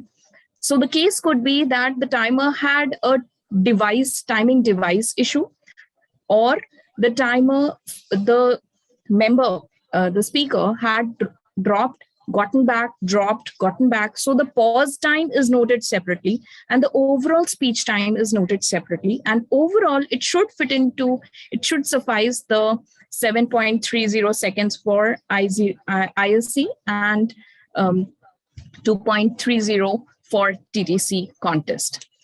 Most important thing is, if at all the timer was facing issues, then we have to give a leeway or a provision for 30-second allowance to our contestant. There is no protest at all by a contestant to say that I could not see timer cards, I was not able to conclude my speech well, or whatever. Only thing is, if the chief judge has noticed that there was some issue with the timing signals, then say it was time for green and suddenly yellow came up and then suddenly red came up and then again there was green or something of that sort. If at all it happened, God forbid, then we need to give only a leeway of 30 seconds extra while calculating, and still the time has to fit into that exact time frame. Say a contestant was speaking for a table topics. A contestant was speaking for only 2 minutes 14 seconds, including the pause time or including the timer disqualification, timer extra work. They only spoke for 2 minutes 14 seconds. They are qualified. But if they were speaking for 2 minutes and 45 seconds, normally we count it as disqualified. But if the timer says I was facing an issue, then we need to give them a leeway. Leeway means reversing the clock, bringing it back by those 30 seconds. And instead of 2 minutes 45 seconds, now we will calculate it as 2 minutes and 15 seconds. Please understand, leeway does not mean moving beyond time. It's time correction and then coming back to the correct time within the allowed time for yes, Arvind sir, please. Please, it's not that complicated. Yeah. What we do is, we as the chief judge will also notice, and the timer will also make a note of it. The timer has to just keep the time. So in a table topic, if the maximum time is 2 minutes and 30 seconds. So let the speaker speak without whatever. If the timer has, if the timer mentions that the contestant has taken 3 minutes 1 second, 3 minutes 3.01. So what we would do, and we know that there was an issue with that. So we are giving that contestant a 30 seconds grace, apart from the 30 seconds grace, which is already given by TI. So it should finish by 3 minutes. But he has finished by 3.01. So he gets disqualified on time. We have given the benefit of the doubt to the contestant. Despite that, it has gone over time, so we have to disqualify. Right. Thank you, sir. Thank you for simplifying it. Thank you. So now that we have collected the timer sheets, I would collect the tally counters sheet, which says there will be 2 tally counters. And today we have with us the 2 tally counters, tally counter 1 and tally counter 2. Both will collect the ballots from their respective judges. As per guidelines, not all are supposed to send their ballot to both the tally counters. Those are guidelines. But it's a mandate that all the voting judges have to send their ballot to the chief judge as well as the appointed tally counter to them.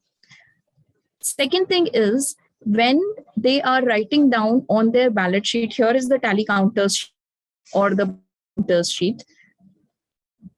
The columns read the name of the contestants and the rows read the name of the judges, that is J1, J2, J3. And the scores have to be calculated or added for each of the columns. Now, I would request our tally counter Pallavi to please spotlight it. And I would show my screen for the tally counter and she would just give you a brief. Toastmaster Pallavi, I just request you. I can't open my video. Actually, it stopped from the Zoom master site. Then maybe may I request? Yes, just a moment, please. Yeah, I just gave the access. Yes, thank you. Thank you and good evening, everyone. And as a telecounter one, making it everything simple, that as our chief judge has already mentioned, that we are writing the, can you please show the telecounter sheet?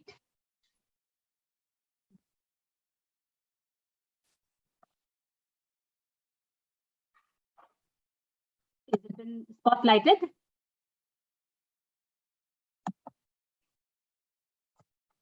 Okay, telecounter, can you screen share this? Okay. We have to write, as the telecounter, we have to write the names of the contestant. Beforehand, we have to collect the telecounter sheet, then write the names on the top as 1, 2, 3, 4, 5 as the contestants are named and properly with the spelling, with the correct spellings. Then go, first you have to write the judges' name in that J1, J2, J3, your allotted judges' names. Then you go the contestant name, you write the all the contestants' name in the top. Wait, and when the contest is over and you're getting the ballot, you just check the ballot, take one ballot from one judge, check if the judge's ballot is signed there or not properly. That is your duty to check. And the judges also should be informed that only the lower portion should be given to the telecounter and the chief judge. After that, we are going to write the numbers, markings the judges have given to the respective contestants. That 3 for the 3, if it's 3 marking, first one will get 3. And you have to write in the name of the respective column of that contestant and on behalf of the judge. For 3 for the 1, marking 3 for 1. And second contestant will get 2. The marking from the judge's ballot, and 1 for the third contestant. As per that, you have to place the names, then you have to tally the sheet and give it back, your tally sheet, to the chief judge. Then the chief judge will collect that both from the tally counters, and she will or he will make the result and give it back to the contestant. That is the process. But in case of tie and all, that is over to you, Toastmaster Sakshi. Thank you. So you will hand it over back to the chief judge and not the contest chair. Yeah. Okay. So your tally sheets will be counter checked by my tally sheet, because I will also receive the judge's ballot. And then I would like to, I have one more sheet here.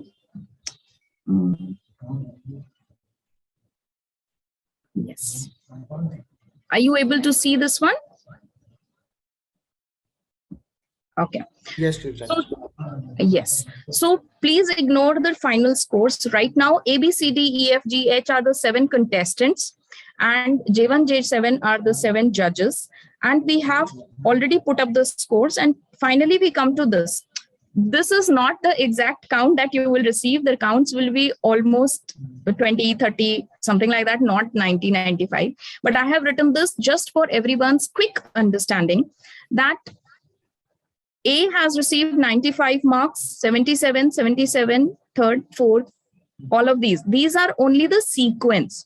Now, I request Toastmaster Shweta Bhagat to kindly explain the marking and how this has been written. Our second tally counter, quickly.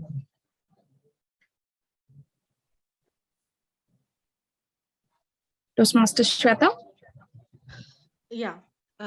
Good afternoon, everyone. Sorry, CJ. What I need to explain here? The totals and how we have put up the numbers and how, and what do you see as the tie? See, for contestant A1, here we have totaled all the columns, J1, J2, J3, J4, J5, J6, J7, whatever the numbers we have 3, 2, 1, whatever the points were, we just totaled them, and we got total of 95 points. So this is the greatest score for contestant A1. So he has been ranked first. Then 90. So he has been ranked second. But we have 290 scores. So both of them will be ranked as second. The third highest score is 88. So the contestant D4 will be given third rank. Then we have two contestants having 77 points. So they will be ranked at the same position, that is fourth position. And then we have the last G7 contestant having the lowest score, that is 66 points. So he will be ranked as fifth. Now it has been tie at two positions, that is second and fourth. That needs to be broken by the chief judge, only by the chief judge. Thank you. Over to you, CJ. Okay, thank you so much. Now, what we understand is the tally counters know that there is a tie. The tally counters know that there, I have also mentioned here the disqualification, which is basis time. So for this particular contestant, these are all samples for everyone's understanding. So here, I will break the tie using the tie-breaking judges ballot, and the tie-breaking judges ballot can be, maybe, shared with the tally counters without the name and signature of the tally counter. Oh, the tie-breaking judge. Of the tie-breaking judge, yes, sir.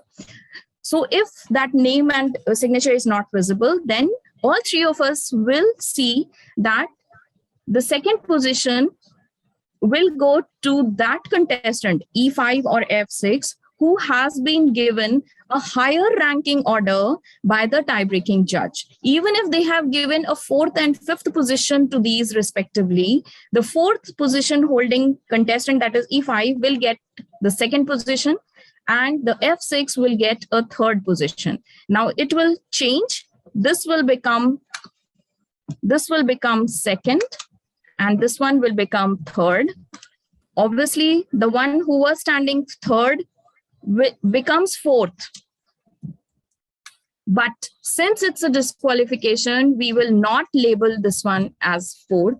The fourth position still has a tie. Again, we'll break it with the tie-breaking judges ballot.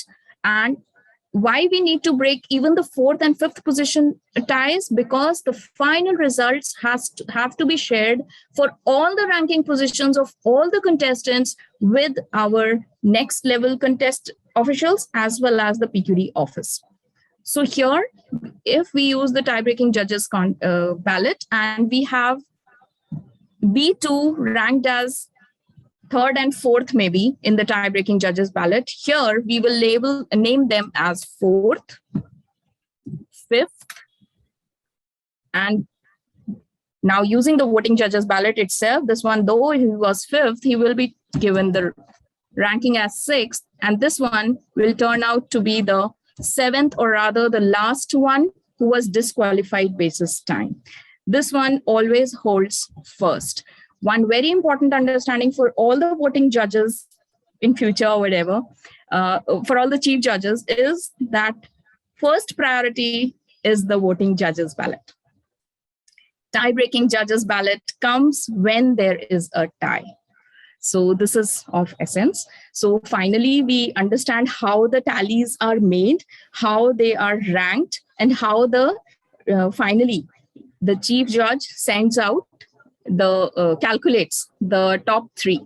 Now, again, I would like to come back to this presentation wherein we saw that this was tie-breaking judges ballot, and his ballot had the score for all the positions of all the contestants. That means he was supposed to break his own tie and give it to all the contestants from 1 to 7th already. Only then we are able to break the tie. Finally, I will use this Excel sheet to tally and put in positions from third, second, first places and give this particular result to the contest chair. The other positions of 4th, 5th, 6th, 7th, 8th, and 9th will also be mapped and kept for further use and posting to PQD office and the next level of contest. Finally, to the results form, there are two things very important to be noted by all the chief judges. First is the results form, where the third, second, and first positions are filled in. Can you see the screen? Okay. So here you only put in the top 3 ranks and give it to the share with the chief contest chair. And there is a check mark here that says, was there any time disqualification? Yes or no. Who, why, by how much? No details to be given out to anyone. Now, supposing I gave these names to the contest chair and the contest chair announces the names in reverse order. Who will raise a concern? Can anyone answer? Okay, so I would request our tally counter, Shweta, to please answer that.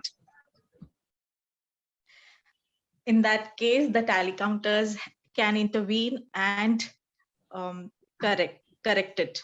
Yes. Not correct it, but the tally counter may say that it has been announced wrongly, and then contest chair will only announce it correctly, not the tally counters. And the communication has to be made privately, separately, not in front of everyone. What happened, why it happened. That is all kept behind the curtains. The contest chair revisits the results and then comes up with the correct answer. Yes, Sapna, you have something. Yes, even the timers can interrupt and correct the results. Yes, that was the second case. Arvind, go ahead. Yeah. Yes, sir. No, it has to be done immediately. Correct. Right. Yes. Even before the person proceeds to the next name, it has to be said, sorry, I think the results are not announced correctly. Please revisit and then announce. Whoever, because the timer knows that this person was disqualified on time. But you may like to share with the chief judge may like to share with the timer if he has made a mark and you know that you have given 30 seconds extra. So then you can say that this person is, privately, so that he does not open up at this concern at this time. Say that we have given the person a benefit of 30 seconds because of whatever concerns, whatever problems were there, and he is within the time, so that he does not mention anything at this time. Right. And finally, after the results are correctly announced, the role of the chief judge ends for the contest during that time. But after the contest, here is what the actual job of the, now again, we move, if we refer to the first slide that we had was timeline. So within 7 days of the contest, the chief judge is supposed to send this contest winner notification form to the next level of the contest official and also to the PQD office. Now, if it is a club contest, you need to send the details to the area director as well as the PQD. If it's an area contest, to the division director and the PQD. If division, then district and the PQDs. One very important thing here is that, like Arvind sir initially said, for the table topics contest, the topic has to be mentioned on this notification form sent along and to the PQDs and the next level, so that the topic is not repeated at higher levels of contest. With that, I think I would like to rest my training here. I've already taken, but still I'm open to questions if at all there are any. Please. Sure. Just a few things which I would like to add as well. 2 separate notifications form because the contest was separate. One for table topics and one for international speech contest. Whether you have 1 contestant, 2 or 3, please ensure that you fill separate forms, and you will go ahead and you will list all the top 3 winners and all the contestants' names onto that form. Now, if there was a disqualification, please put that contestant's name at the last and in bracket just mention disqualified. If there were 10 contestants, none of them were disqualified, please rank from 1 to 10 all of the names onto that particular notification of form. Because since the notification can only hold 10 contestants, please use other form for adding on to the rest of the names. Don't forget that. Now for timers, very important. As our chief judge has already mentioned that both the timers are going to share the timing reports. Now you all must be thinking that it is generally has always been the timer one who's timing showing the cards, and the timer 2 who is sending out the report. No, both the timers will be sending out report to the chief judge. If there is no technical difficulty with any of the timers, always timer 1's report will be finalized by the chief judge. If there was a technical difficulty with timer 1, he and timer 2 took over during that time, chief judge will always consider timer 2's report, but both of them have to ensure that they send out the report to the chief judge. This is something which is very important, and this is a change that we have mentioned even on the guidelines. So please ensure that you go through all the guidelines, all the links that I've been diligently sharing with all of you, all the links that are updated even on our district website. Please ensure that you read and go through it. Also, for just for a little thing, for tie breaking judge, the tie breaking judge needs to ensure, since you're the only one, do not forget to sign the ballot. Do not. I have had a situation once when I was a chief judge, my tie breaking judge forgot to sign the ballot, and I had to literally go back, because in the offline contest I had to literally go back and say, can you please sign the ballot for me, because it will not be considered. Now there have been situations where the tie breaking judges have not even been briefed, or they are briefed along with the voting judges. This is strictly not allowed. Voting judges briefing is separate. Tie breaking judge briefing is only and only done by the chief judge. And please ensure that all the rules and regulations apply to the tie breaking judge. He is aware that he is supposed to rank all the contestants and not only top 3. It is not the regular work of a voting judge that the tie breaking judge does. That's the additional thing that I wanted to highlight. Now it's all open to questions from everybody. Just one answer to a question that was asked earlier by one of our members in the audience, that how do we see that that a club qualifies for a certain district award because they have sent out that many judges. So for club level contest, after the contest, not just the notification form, there is a bit.ly form sent out by our PQDs to the club CJs, especially club CJs, to mention the details that we had just collected about their name, phone number, address, emails, about member ID, to be filled into that form, which says the details of the voting judges as well as the tie-breaking judges. So that will make sure that your club is eligible for especially the Diamond Club. Yep. Thank you. So why should I, as a chief judge, be troubled making all the rankings from 1 to 10? Why you want only 1, 2, and 3? You know, why are you asking me to do all this work? Yes, sir. That's a wonderful question, sir. So this was also to be a part of our contest chair's role also. Why I say both the people? One, all the chief judges should have the details of all the ranks, because just in case the first ranking contestant is unable to attend, the second may be the next contestant at that next higher level. If at all the first, second, and even the third is not able to attend, the fourth in ranking or the fifth, sixth, and seventh ones in ranking will be approached to give their speeches at those higher levels of the contest during that time. For that is the reason I just referred to our contest chair also, that the contest chair has to be very prompt at it, that they also need to have the second in line person from that area, from that club area or division, contact details, just in case the contestant from area X1 is unable to participate, say half an hour before. The next from that area X1 should be there to take the charge of that area and contest and maybe win. Thank you so much, sir. I think that is why we need that. So it will be the highest available eligible contestant will go forward. The word eligible is very important, because what happens is the club has a contest in February and I don't renew it and we have the division or the area in April, but I don't renew my name. I've given the money, but my name has not appeared on the dashboard.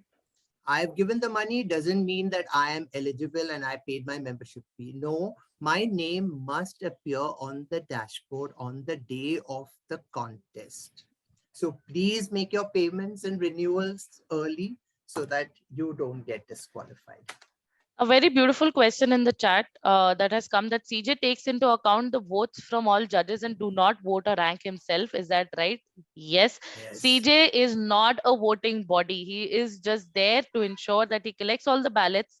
The tally counters, when they collect the ballots, he just has to ensure that he tallies all the results and presents it as it is. CJ will not touch any ranking. Please remember that. And if anybody even tries to do that, please tell them they're not supposed to be read the speech contest rule book. With this, we'll move on to Rishikesh. He has a question. Suppose we are eyeing for the Diamond Club Award, and it's required that we should have a minimum 6 voting judges. But suppose, unfortunately, we are not able to send one of the judges, and someone from our member played a role of tie-breaking judge. So is he considered for, can we consider him as a voting judge? Yeah. So we say judges, we don't specify voting judges, we say judges. So a tie-breaking judge also is a judge. The only thing is he's a tie-breaking, the other are voting. So it's okay. And that's the reason there's a separate criteria for 3 chief judges. Yeah. So chief judges are different and tie-breaking and voting judges clubbed together. Yep. Okay, Rishikesh, do you have another question? Okay, done. Anyone else has any questions, guys? Protest, how to file reports, what is the chief judge supposed to do, how to tally the results? Any questions before we all let you go? I know we are 3 minutes up. We are 3 minutes out. Yeah. Okay, Deepak has a question. Hi. It was mentioned that in case of contest chair mentioning the winners incorrectly, the tally counters will intervene. But I'm just wondering how tally counters know who is what is the right placing of this contestants, because he would be doing it only for his assigned judges.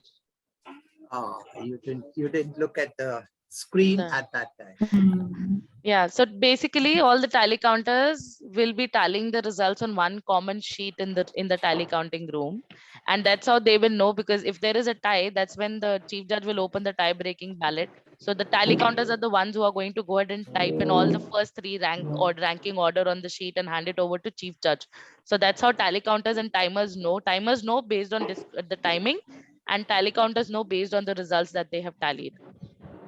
They are the only people who actually know what's the result of the contest. Yes, and that is the reason. Here you can see that on screen that this sheet is visible to the chief judge and both the tally counters. And that is the reason they can raise or intervene. One important thing is when you have a contest, you'll perhaps have both the contests on the same day, and you'll have a lunch break. And the tally counters are the ones which are the most important people. And in a physical contest, you have to play dumb, no expression on your face, but it's a virtual contest. Nobody can come and say, oh, I'm your friend, can we share the results? Most people, and you would not open your mouth. And what you can do is just, and also, judges also need to wipe off their hard disk once they give off their ballot sheet. So nothing should remain in their head. Why, who, because somebody may come and yes, one very important thing is you have already signed it of confidentiality, and I will not speak against the contest after the judging is over. As a judge, I will not say anything. So there should not be any talk about it. And that's why I say wipe off your hard disk. So we recommend the tally counters do not come on camera. They do not turn off their video, and they do not even name themselves. They can name their as per the role. That is what we've done today. Tally counter 1 and 2, so that nobody knows who the tally counters are. Sankalp, you have a question. Yes, so once the tally counters have done their part of basically assigning the first, second, third place, and they will be sharing that result sheet with CJ. Will CJ also validate something from his end, just like validating the judges, VJ's ballot, and then validating the results? Will that also has to be done thoroughly by the VJ? by the Yes. CJ? Yes. Oh. Yes. That all has to be done. And guys, just one more thing which I wanted to bring up is the CJ shares the results only with the contest chair. And from club till the division level, I would suggest that please ensure that the CJ is responsible for making the certificates of the top 3 winners as well, so that once the contest chair is announcing the result, the CJ can show the can share the screen and showcase the certificates. Please do not hand it over to anybody else, because nobody else is supposed to know the results. It is only the CJ, and then he hands it over to the contest chair for announcing the results on the spot. And the certificate is shared only after the announcement of the name, not Correct. before. Correct. Yes. Okay. I think one question I have, like for the briefing session, who will be taking care of briefing session for the particular do we have briefing session before contest, like club level and different kind of levels that we have? Yes, so for contestants, timers, it will be the contest chair. For sergeant at arms, voting judges, tie-breaking judge, tally counters, it will be always be the chief judge taking the briefing. Got it. Yeah. Lakshmikant, Yes. please go on to district98.org contest documents. We're all there. You can read it. It has already been put up. Okay. And all the official forms like ballots and other things, you can take it down from the TI site. Editable ones there as well. Yeah, I have been shared this putting the, yes. So please, if you go to Google, if you type in Toastmasters judges ISC ballot, it will give you the Toastmasters link. If you go to Toastmasters website, it is there under resources. Do not pick up anything from any other district's website. Please refer and pick up only from the Toastmasters website. all ballots, etc., should be kept till the contest results are announced. And once the results are announced, that is final, and that can then be destroyed. One addition to the tie-breaking judges ballot usage is, if you see that of the 7 contestants, this applies of course more for the club contests, there are 2 contestants who have a 0 vote. 5 have been ranked. There are 2 who have a 0 vote. Even those 2 zeros stand for a tie. Brilliant. Those Thank you. 2 0, yeah. So those 2 0 positions also have to be broken. The tie has to be broken using the tie-breaking judges ballot. If the tie-breaking judge, say the first 5 who, or the random 5 who were given a score are ranked between 1 to 5, the 0 has to have a position as 6th and 7th. That 6th and 7th will be decided by the tie-breaking judges ballot, which if says 3rd, 4th, then probably the 3rd one in tie-breaking judges ballot goes to the 6th position, and the contestant receiving a 4th position in tie-breaking judges ballot goes to the 7th position final ranking order and is sent over further. Okay. Sankalp, do you have a question? And we can take that last question and then we will just wrap up the session. So I remember in one of the contests, I was the VJ, and there I observed that there was another role player called as award chair, and it was his responsibility to share all the certificates and create all the certificates and share the same. So is that thing an optional, or I mean, it can be, we can have a award chair role also? You can have an award chair because you will have role player certificates, you will have the participation certificates, right? But what we're talking about is specific the results of the contest, which should only and only be with the CJ. And then once the results are to be announced, only the names over WhatsApp need, with the information, if there was a disqualification, needs to go out to the contestant. That's about it. We do not want the results to be shared with anybody even before the results are announced. And that is why we want you to maintain this secrecy. Okay. All right. Thank you very much, Sakshi. And thank you very much, Arvind. And thank you to everybody who has managed to stay over for almost 2 hours, 40 minutes on this. But I am sure this session was helpful. I want to thank all my role players, starting from my Zoom master to my sergeant at arms, to both my timers who have been only behind the scenes. If you guys can show your face, that will be great. Thank you for being there, to the tally counters, to the 2 test speakers who were supposed to be here, and then they sort of dropped off because of the connectivity issue too. So thank you so much, guys, for making this a successful event today. I think it was a much needed a contest session for all of us. We have learned a lot, and it was a pleasure for me also to put across this, because I have learned a lot when I was doing it. So thank you so much, Arvind, for being there and ensuring that we get everything right from to the T, and we don't make any mistakes now. But to all of you, please feel free to reach out to the PQD office, to your area directors, to your division directors, if you have any questions or queries. Once you do the contest, you will face a lot of situations. Your speech rule book is the only and only resource for you, which will tell you what needs to be done. With this, I will let all of you go. Have an amazing Sunday, the rest of the day. The recording will be put up soon on YouTube on our District 98 channel, which you can refer to. But now that you have seen all these faces, you can reach out to them, ask them questions. They know it all.